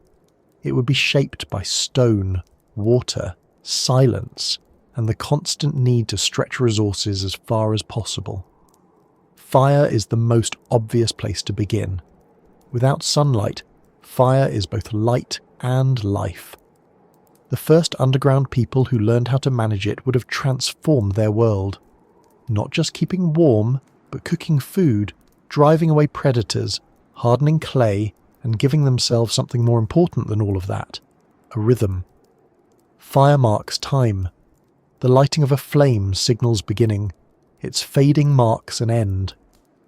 Underground, fire would become more than a tool. It would be a clock, a symbol, and a form of power in itself. But fire underground is dangerous. Smoke suffocates, heat builds, oxygen is consumed. So the technology of fire would not only be about making it, but controlling it. Ventilation shafts carved with precision, chambers designed to pull smoke upward, fuels chosen carefully to minimize choking fumes. Perhaps families passed down secret methods for fire management, songs that guided the tending of flames, stories that warned of disasters when it was misused. Fire technology in darkness would be less about spark and more about mastery. Lighting beyond fire would take on new forms. Glowing fungi exist on the surface, faint but steady. In caves, they could be cultivated, spread across walls to create a ghostly glow. Certain insects produce light, their bodies filled with natural lanterns. Perhaps underground people learned to keep them in containers, feeding them, breeding them, creating swarms of tiny lights that hovered like stars. Minerals, too, can reflect or even store faint light. Polished crystals, arranged in clever ways, might scatter a single flame into a chamber-wide glow. None of this would be bright like the sun, but underground brightness is relative. Even a flicker feels like brilliance in total dark. Tools would follow naturally. Stone is abundant underground, harder to shape than wood but more durable. Chisels, hammers and wedges would be refined over generations. Sharp edges for carving tunnels, flat edges for smoothing walls, small implements for delicate work like carving symbols or crafting ornaments. Bone could supplement where stone failed, light, flexible, and useful for needles, hooks, or points. Metals, if discovered, would change everything. Even small veins of copper or iron could revolutionize survival, allowing stronger tools, sharper weapons, sturdier supports. Mining is itself a form of underground technology, so perhaps such societies became natural metallurgists long before surface people did. Transportation in tunnels would demand innovation. Narrow passages prevent carts or wagons. So goods would be carried on backs, in baskets woven from roots or fibres carried down from the surface. Sleds might slide over smooth stone floors. Ropes, braided from hair or plant fibres, would haul heavy loads. In vertical shafts, pulley systems might emerge, simple at first but increasingly sophisticated. Imagine an underground chamber with ropes stretching upward, weights balanced, goods moving smoothly from one level to another, all powered by human muscle and careful design. Storage would be another crucial technology. In darkness, rot and dampness threaten supplies. So people would carve sealed chambers, line them with clay, and create systems of airflow to keep food dry. Mushrooms might be dried near fire pits, fish smoked slowly, grains stored in clay jars. Preservation techniques would become as important as production. Perhaps underground societies invented fermentation early, discovering that foods could last longer and taste richer when transformed by microbes. Fermentation not only preserves, but creates alcohol, and alcohol can act as medicine, ritual tool, or simply comfort in long winters of stone. Communication technology too would develop. Sound travels far underground, but uncontrolled it distorts. So underground people might have built resonant stones, carved in such a way that a strike carried a clear tone down a tunnel. Drums could be placed at intervals, their beats relayed from hall to hall. Marks on walls would serve as maps. Torches waved in patterns could signal across chambers. These are not the machines we think of today, but they are systems, carefully refined, shaped by generations of trial and error. Medicine would be born from darkness as well. Many fungi and minerals have medicinal properties. Some kill, others heal. Careful observation, carried from generation to generation, could produce a body of knowledge as deep as any surface herbalism. Poultices made from moss, infusions from roots carried below, or mineral scrapes dissolved in water, all could treat illness and injury. Underground societies might revere healers, those who could read the silent language of fungi and stone. Energy beyond fire might also be tapped. Underground rivers can turn wheels. Even if crude, water-driven mills could grind grain, pump water, or power simple tools. Geothermal heat could be harnessed too. Steam rising from vents might be trapped, used to cook food or warm chambers. These technologies would not look like engines or turbines. They would look like stone basins, carved channels, carefully placed stones guiding the flow of heat and water. Simple, but revolutionary for those who lived there. Clothing and materials would show ingenuity as well. Animal skins brought from the surface could be used, but underground societies would need more sustainable options. Fungi like mycelium can form tough, leathery sheets. Woven fibres carried from above might be blended with underground plants to create textiles. Perhaps even insect silk was cultivated, producing threads as strong as those of spiders. In a world where warmth and durability matter more than beauty, clothing would be functional first, symbolic second. Art, surprisingly, is technology too. Carving pigments from minerals, grinding them into powders, mixing them with fat or water to create paint. This is chemistry as much as expression. Instruments carved from stone or bone, strings stretched from gut or fibre, drums tuned by the echo of chambers, all represent technological thinking. Underground societies would not abandon beauty. They would refine it, turning their limited resources into expressions of memory and hope. We should not underestimate how creative people can be when pressed. Our ancestors on the surface invented bows, boats, and houses with little more than stone, wood, and fibre. Underground, the same minds would face different challenges but produce equally inventive answers. Darkness does not kill technology, it reshapes it. And if an underground civilization endured long enough, their technology might even surpass ours in certain ways. We rely on abundance, fields of crops, endless sunlight, oceans of trade. They would rely on precision, careful recycling, total use of every resource, balance maintained without waste. In an age of scarcity, their methods might look wiser than ours. Technology born from darkness would not shine in the same way as ours. It would not rise above the earth in monuments visible for miles. It would whisper through stone, glow faintly in fungi, echo in signals carried through tunnels. It would be humble, invisible, yet no less profound. Because technology is not about how loud or bright it is. It is about how perfectly it fits the needs of its people. And once those technologies existed, once fire was mastered, tools refined, storage secured, and communication steady, the question would naturally arise. Would such a civilization remain content in darkness, or would their tools one day point upward, toward the surface, toward the stars they had never seen? If a civilization was born in darkness, raised among stone walls and silent rivers, the question would eventually emerge, even if only in whispers. Would they ever look upward again? Would they remain content to carve their lives in silence, or would curiosity, memory and longing push them back toward the surface? For a people who had never seen the sun, it might not be a matter of returning, but of imagining. The surface could be myth as much as geography, a story of a world too vast, too bright, too dangerous to be real. But human beings are not creatures who stay still forever. Something in us always wonders what lies beyond the boundary we know. For the first generations underground, survival would silence these questions. Carving homes, securing food, managing fire and water, building rules and traditions, these tasks would consume every thought. But as stability grew, as children were born who knew only stone, the imagination would stir.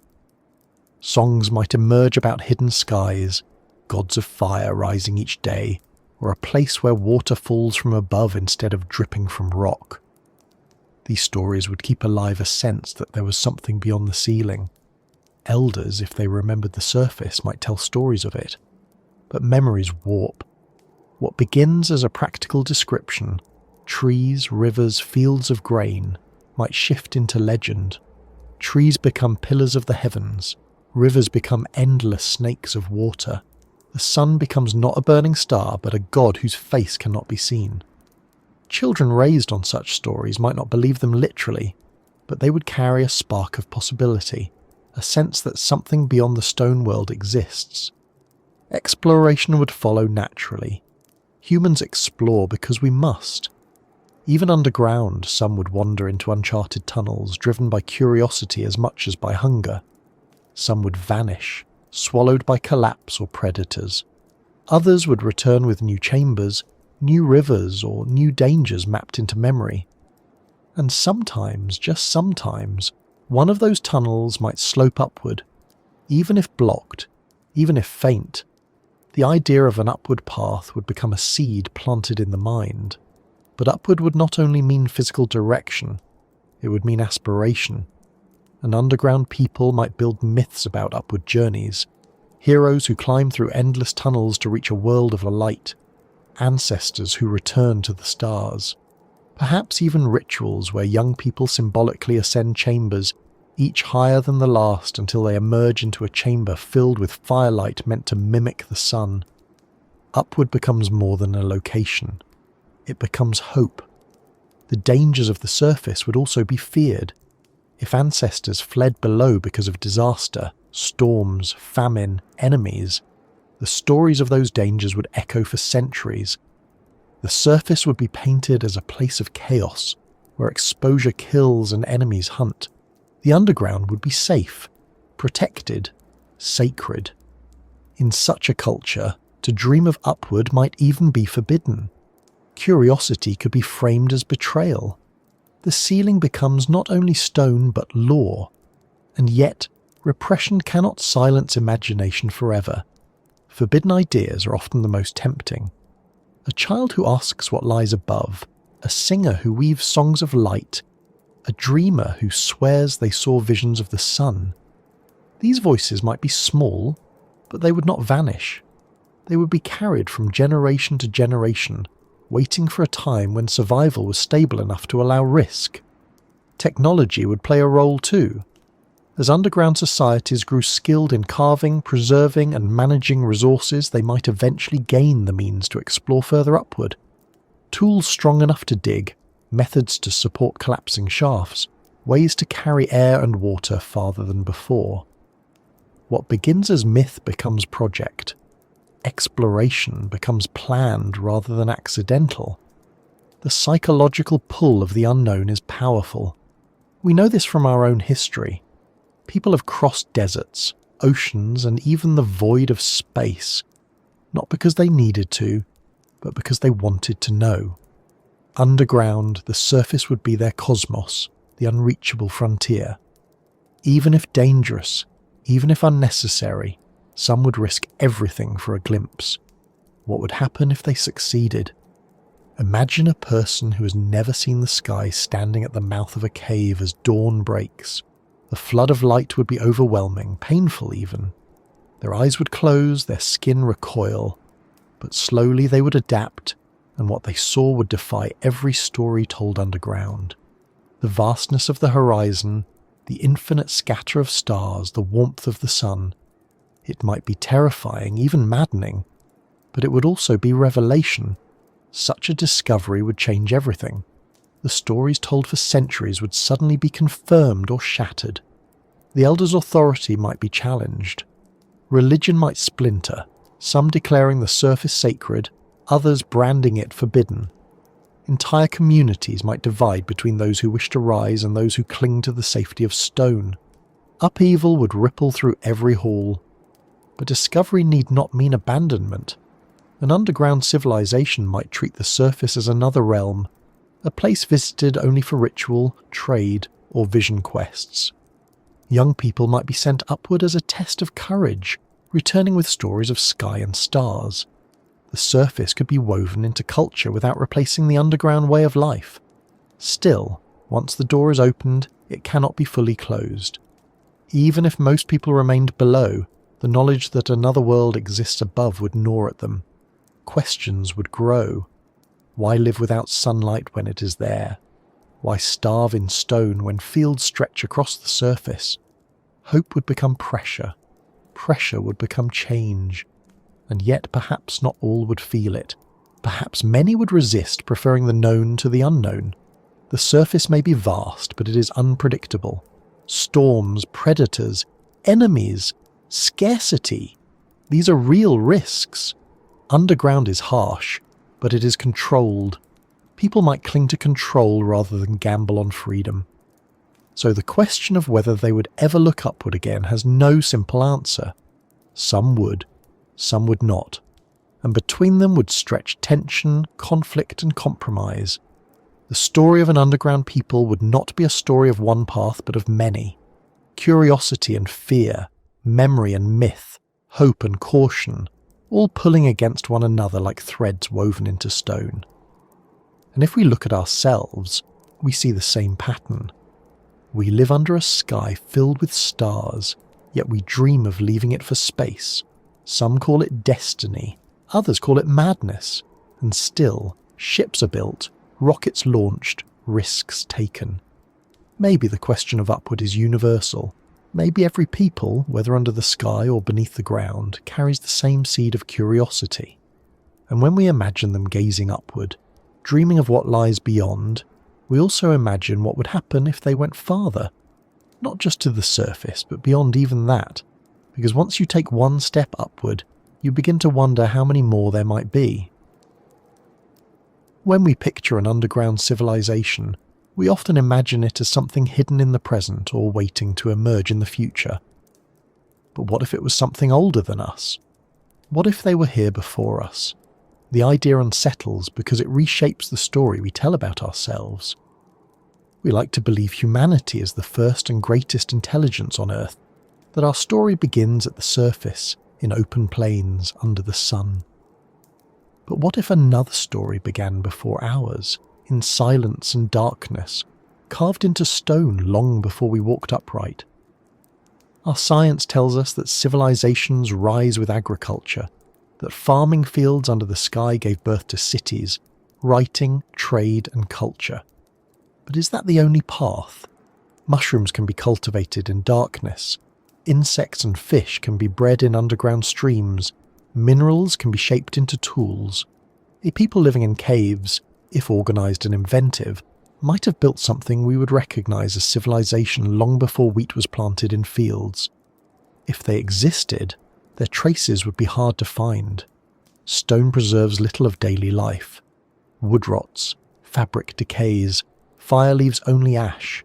Even the walls they carved could be mistaken for natural formations unless we knew how to read them.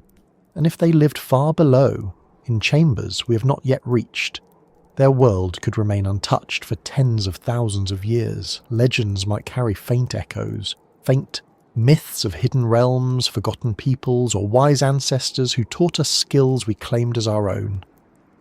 The stories of Shambhala, Agartha, or the Hollow Earth might not be literal maps, but memories blurred across time.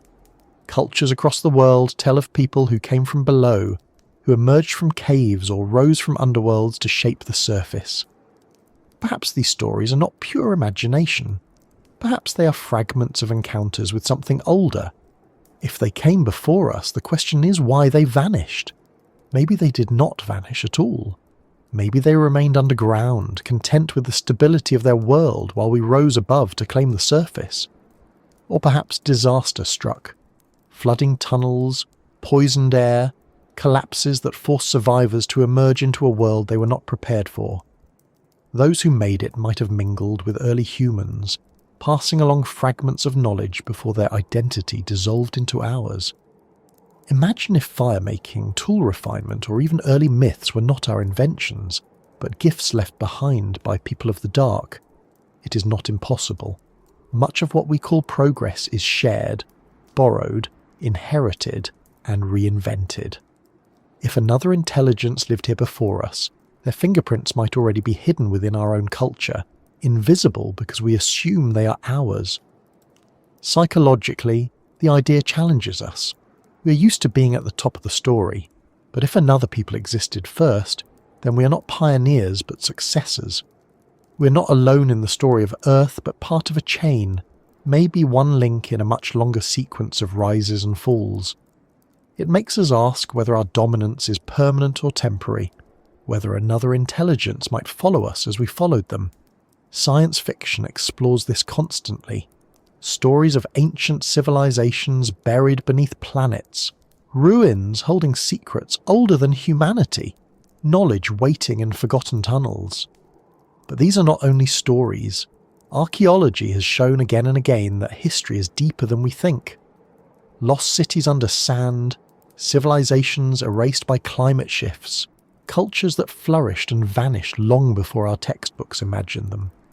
If this can happen on the surface, why not below it? The technology of such a people would not resemble ours. It would be adapted to darkness, shaped by necessity. They may have mastered ventilation, water systems, fungal cultivation, and stone carving in ways we cannot match even today. What seems simple to us may have been perfected to a degree that made their lives sustainable for millennia. Survival in such an environment requires discipline, balance, and ingenuity.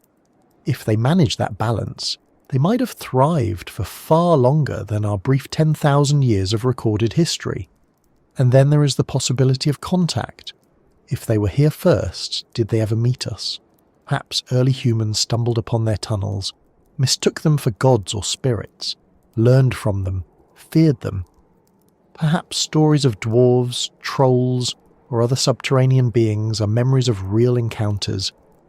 Exaggeration adds fangs and magic, but beneath the layers of myth could lie something older and stranger. Meetings between our ancestors and people who had lived in the dark for ages. The silence of evidence does not erase the possibility. Most of human history is invisible in the record. Most of Earth's history hides more than it reveals.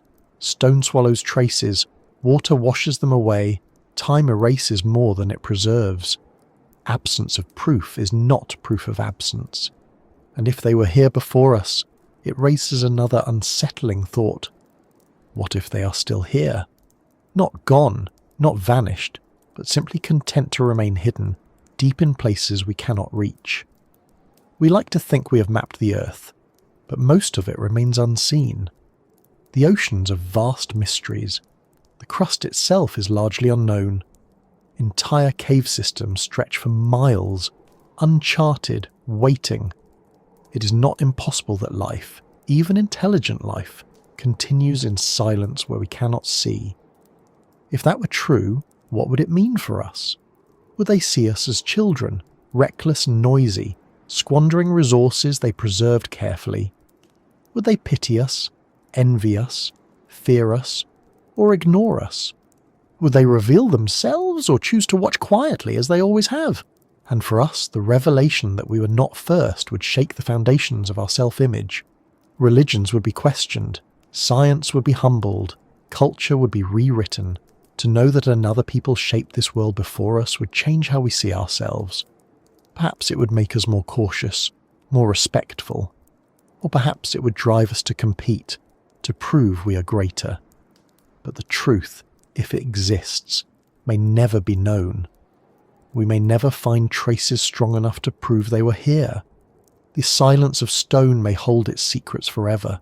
Still, the question matters, because it reminds us that history is not a straight line. It is a web of possibilities, some visible, some hidden. And the story of Earth is far longer and stranger than the short span we have lived on its surface.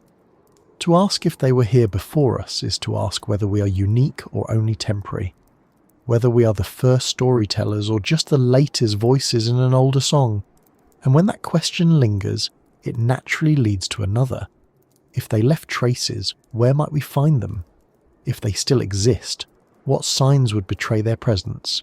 If the underground hides the memory of people before us, what evidence could we search for in the cracks and shadows of our world? If we allow ourselves to wonder whether another civilization once lived beneath the surface, or perhaps still does, the next question follows naturally. What signs would they leave behind? What clues might be hidden in our world waiting for us to notice? Stone does not give up its secrets easily, but nothing can exist without leaving some trace. Every fire leaves ash. Every tool leaves marks. Every voice leaves echoes if you know how to listen. Some of the most obvious places to look are caves themselves. When our own ancestors painted on walls, carved symbols or left tools behind, they preserved glimpses of their lives for tens of thousands of years. If another people had lived in similar spaces far earlier or deeper below, they might have done the same. Lines in the stone that look like cracks could, on closer inspection, be deliberate carvings. Chambers that seem natural might have been shaped by hands long forgotten. Sometimes archaeologists already debate whether strange formations are natural or artificial, whether a wall smoothed in the dark is the result of water or of tools. It is possible that some of these arguments are really about traces left by someone else, long before us. Artifacts are another possibility, though they would be rare. Stone tools can survive, but they are often overlooked. A chisel, a hammer, or a wedge buried deep in sediment could easily be mistaken for ordinary rock. Unless someone knows exactly what to look for, entire collections of tools could lie unrecognized in caves, mislabeled or ignored. More delicate materials, wood, fabric, bone, would decay. Metal might corrode into nothing, so we should not expect golden crowns or glowing machines. We should expect subtlety, scratches on walls, soot in ceilings, small piles of stone arranged too neatly to be chance. Stories themselves are a kind of evidence. Cultures across the world tell of beings who come from below. Some myths speak of ancestors emerging from caves at the beginning of time. Others describe hidden people who taught agriculture, medicine, or metalwork before vanishing again into the ground. We call them myths because we cannot verify them, but myths often preserve echoes of truth. When distant cultures share similar stories, it suggests something more than coincidence. Perhaps these are cultural memories of contact with a people who lived where sunlight never reached. Geological anomalies could be clues as well. Vast tunnel systems exist, some stretching for miles with levels and chambers that look almost too precise to be purely natural. Scientists often explain them with water flow, lava tubes, or erosion. Yet sometimes their symmetry is uncanny. A shaft too straight, a chamber too smooth, a pattern of branching tunnels that looks planned rather than random. If people once carved homes in the deep, erosion may have blurred their work, but hints of design could remain, hidden in plain sight. There are also unexplained artifacts found far from where they should be. Reports exist of objects discovered in mines, strange spheres, tools or carvings buried so deep in rock that they should predate humanity itself. Many of these claims are dismissed as mistakes or hoaxes, and perhaps most are. But even if 1 in 1,000 is real, it suggests we are not the first to shape stone. Biological signs might offer another path. If an underground civilization cultivated fungi, insects, or animals in isolation for thousands of years, traces of those domesticated species might still exist. A mushroom that thrives only in deep caves, an insect that seems oddly adapted to human-like conditions, a fish that shows signs of selective breeding. These could be living fossils of a culture that shaped them long ago. Science might call them anomalies of evolution, but perhaps they are remnants of deliberate human effort in darkness. Architecture is another clue we may already have seen. Some ancient sites on the surface show tunnel systems beneath them.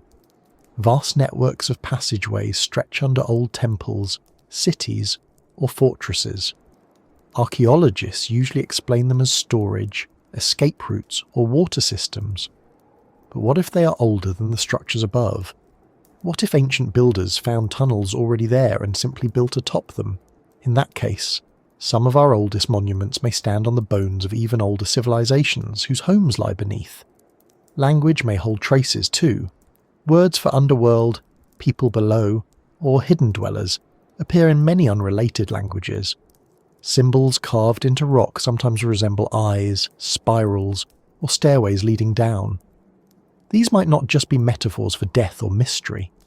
They might be inherited memories of real people below, encoded into culture long after direct contact faded. We should also consider the possibility of active concealment. If an underground civilization survived into times we recognize, they may have worked to erase their traces. Entrances could be sealed, tools hidden, fires carefully managed to avoid leaving marks. Secrecy itself would be a survival strategy. The fewer signs they left, the safer they were from discovery. If so, the clues we find may not be what they left accidentally, but what they failed to erase completely. Sound might carry hints too. Caves and tunnels often produce strange echoes, whispers, or hums. Geologists explain them as natural resonances, wind currents, or dripping water. But what if some of those sounds are remnants of deliberate design? Tunnels carved to carry voices or signals might still sing their notes long after the people who carved them are gone.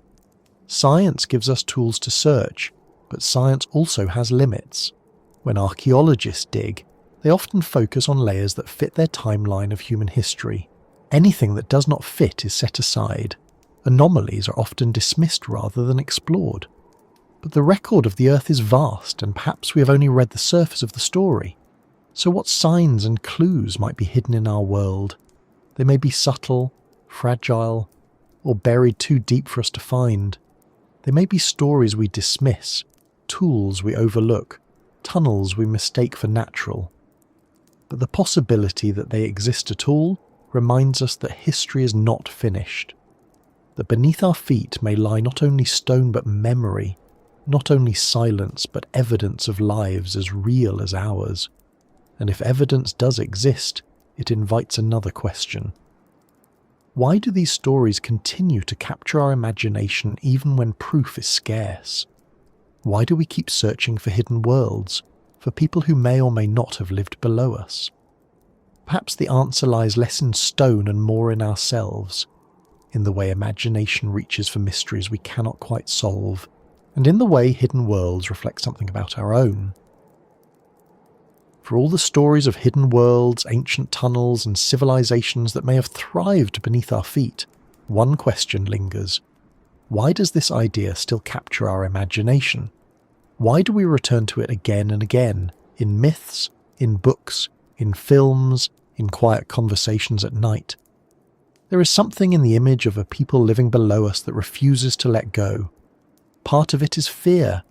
The underground has always carried unease. Caves swallow light. Tunnels close around us. The deeper we go, the more we feel the weight of the earth above pressing down, reminding us how small we are. When we imagine a civilization beneath us, we are not only imagining neighbours. We are imagining being watched from below, our world less secure than it seems. That fear taps into something ancient. the knowledge that predators lurked in caves, that the dark was never truly safe. Stories of hidden people keep that fear alive, reshaped into myth, but fear is only part of it. There is fascination too. The underground is mystery, and mystery pulls at us. A door half open is more compelling than a door wide open. The idea of chambers stretching endlessly below, of entire cities hidden in stone, invites the mind to wander. What would they look like? What would they eat? What songs would they sing? The unknown is fertile ground for imagination, and the underground is perhaps the greatest unknown of all, existing beneath our everyday steps, unseen but always there. Imagination also loves inversion. We live in light, so we imagine life in dark. We walk under open skies, so we dream of enclosed tunnels. We depend on the sun, so we ask whether life could thrive without it.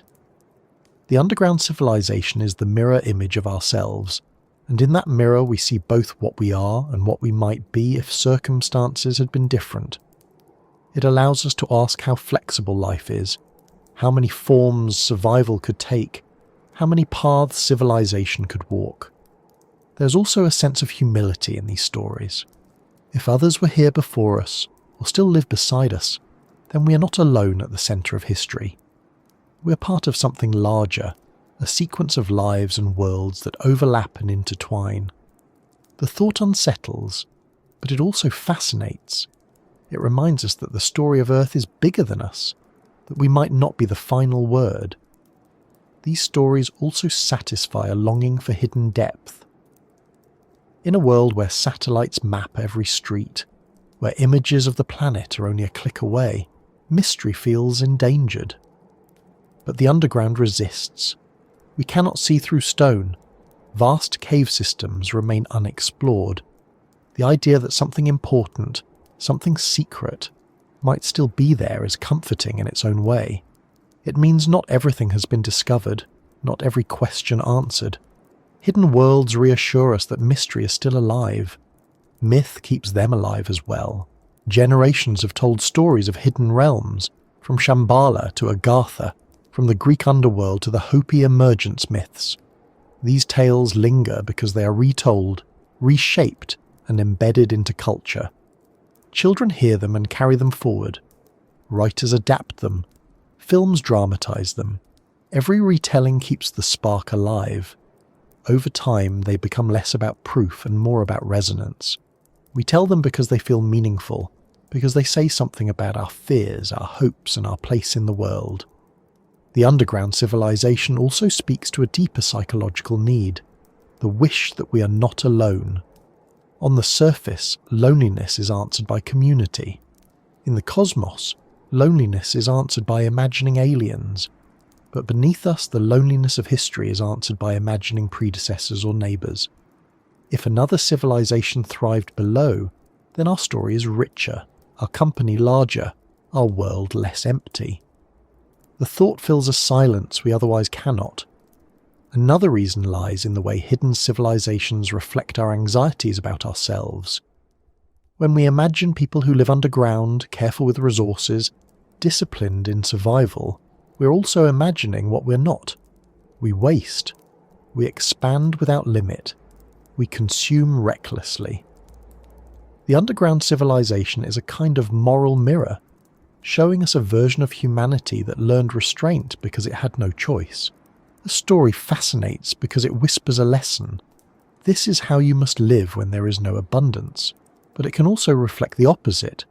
Sometimes we imagine underground dwellers as twisted, secretive, or monstrous. They hoard, they deceive, they plot. In those stories, they embody what we fear about ourselves, the parts of humanity that thrive in shadows, the instincts we repress but know are there. In this way, the story is not about them at all. It is about us, our virtues and our vices, externalized into a people below. There is also the adventure of it. Stories of hidden worlds promise discovery. Who among us has not wished to stumble upon a hidden door, a forgotten stairway, a cave that leads to something extraordinary? The underground civilization is the ultimate hidden door. It suggests that adventure is not only in distant lands or outer space, but right here, under our feet, waiting. And perhaps most of all, these stories endure because they are adaptable. They can be hopeful, fearful, spiritual, or scientific. They can appear in ancient myth or modern fiction. They can be metaphors for death, symbols of the unconscious, or literal speculations about survival in stone. They fit whatever lens we place on them. That flexibility keeps them alive. A story that can only be told one way dies quickly. A story that can be retold in countless ways endures forever. So why does this story still capture our imagination? Because it offers fear, fascination, humility, mystery, comfort, reflection, and adventure all at once. Because it asks us to look beneath the surface of the earth, of ourselves, of history, and wonder what lies hidden. Because it reminds us that no matter how much we discover, there is always more to imagine. And from there, the thought naturally follows. If the story still matters to us, if it still lives in our myths and our imaginations, how do we bring it to a close when we tell it aloud? How do we step back from the dark and gently return to the surface, carrying the wonder without losing the calm? The answer lies in the way we end, not with certainty or proof, but with a soft return, a closing of the tunnel that leaves mystery intact. We have wandered through shadows for a long while, tracing the idea of a civilization born in darkness, a people who might have built homes of stone, cultivated life without sunlight, and carried stories that still echo in our myths. We have followed them through questions of survival, technology, memory and imagination, always circling around the same wonder. What if the first civilization lived underground? And now, as the story bends toward its end, there is the quiet task of closing the tunnel, of returning gently to the surface without rushing, without breaking the spell, without locking away the mystery too tightly. When we leave a cave in real life, the change is slow. At first, there is only blackness, then a faint shimmer of light, then shadows take shape. The air shifts, carrying scents of soil and grass. Our eyes adjust and we realize the outside has been waiting all along. Ending this story is like that. We're not shutting a door so much as letting the light seep back in, letting the imagination linger even as we step into familiar ground. The thought of hidden civilizations reminds us of something important about ourselves. We are creatures of curiosity. We dig, we search, we imagine. We create stories where none may exist, and sometimes those stories point us toward truths we had not seen before. Perhaps no civilization ever thrived in eternal night. Perhaps it's only a tale born of fear and fascination. But the act of asking, the act of wondering is itself valuable. It keeps mystery alive in a world that often feels stripped bare by knowledge. And mystery is not the enemy of science or reason. It is their companion. Every discovery begins as a question, a possibility that sounds impossible until it is not. Once people thought life could not exist in deep oceans without sunlight. Then we found ecosystems thriving on heat and chemicals. Once people thought no city could exist without rivers or fields. Then we built skyscrapers that drink water from pipes and import food from across the globe. Again and again, what we once thought impossible proves only to be unexplored. So when we ask whether civilizations might have lived underground, we are not abandoning reason. We are extending it into the dark, asking it to illuminate places we have not yet looked. There is also something deeply human in imagining life below. The underground is not only a place of fear, it is also shelter. In storms, in wars, in heat and cold, caves have offered protection. Miners descend for work. Archaeologists dig for history. Children crawl into basements during thunder. The underground is part of us, not separate. When we imagine people who never left it, we're imagining an alternate version of ourselves, one that chose to stay in safety, one that built a home where the surface felt too dangerous. The story of hidden civilizations also gives us a way to reflect on our own world. If survival in darkness required balance, restraint, and cooperation, then perhaps the lesson is that we too must learn these things.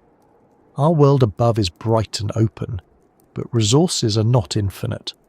The people of the dark, real or imagined, become a mirror reminding us that endurance is not about endless expansion, but about harmony.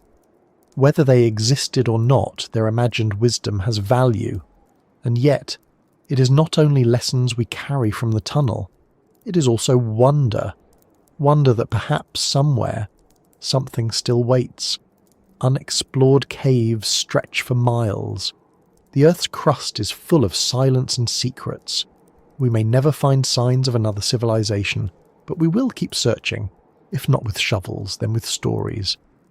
Because stories are our way of keeping the unknown alive, of making the dark less empty. Closing the tunnel does not mean sealing it. It means stepping back, allowing it to remain open in our minds. Perhaps tomorrow someone will read an old myth differently, or notice carvings on a cave wall that look too deliberate, or wonder why certain tunnels are too straight to be natural. Perhaps one day science will stumble upon something that shifts the story from imagination to evidence.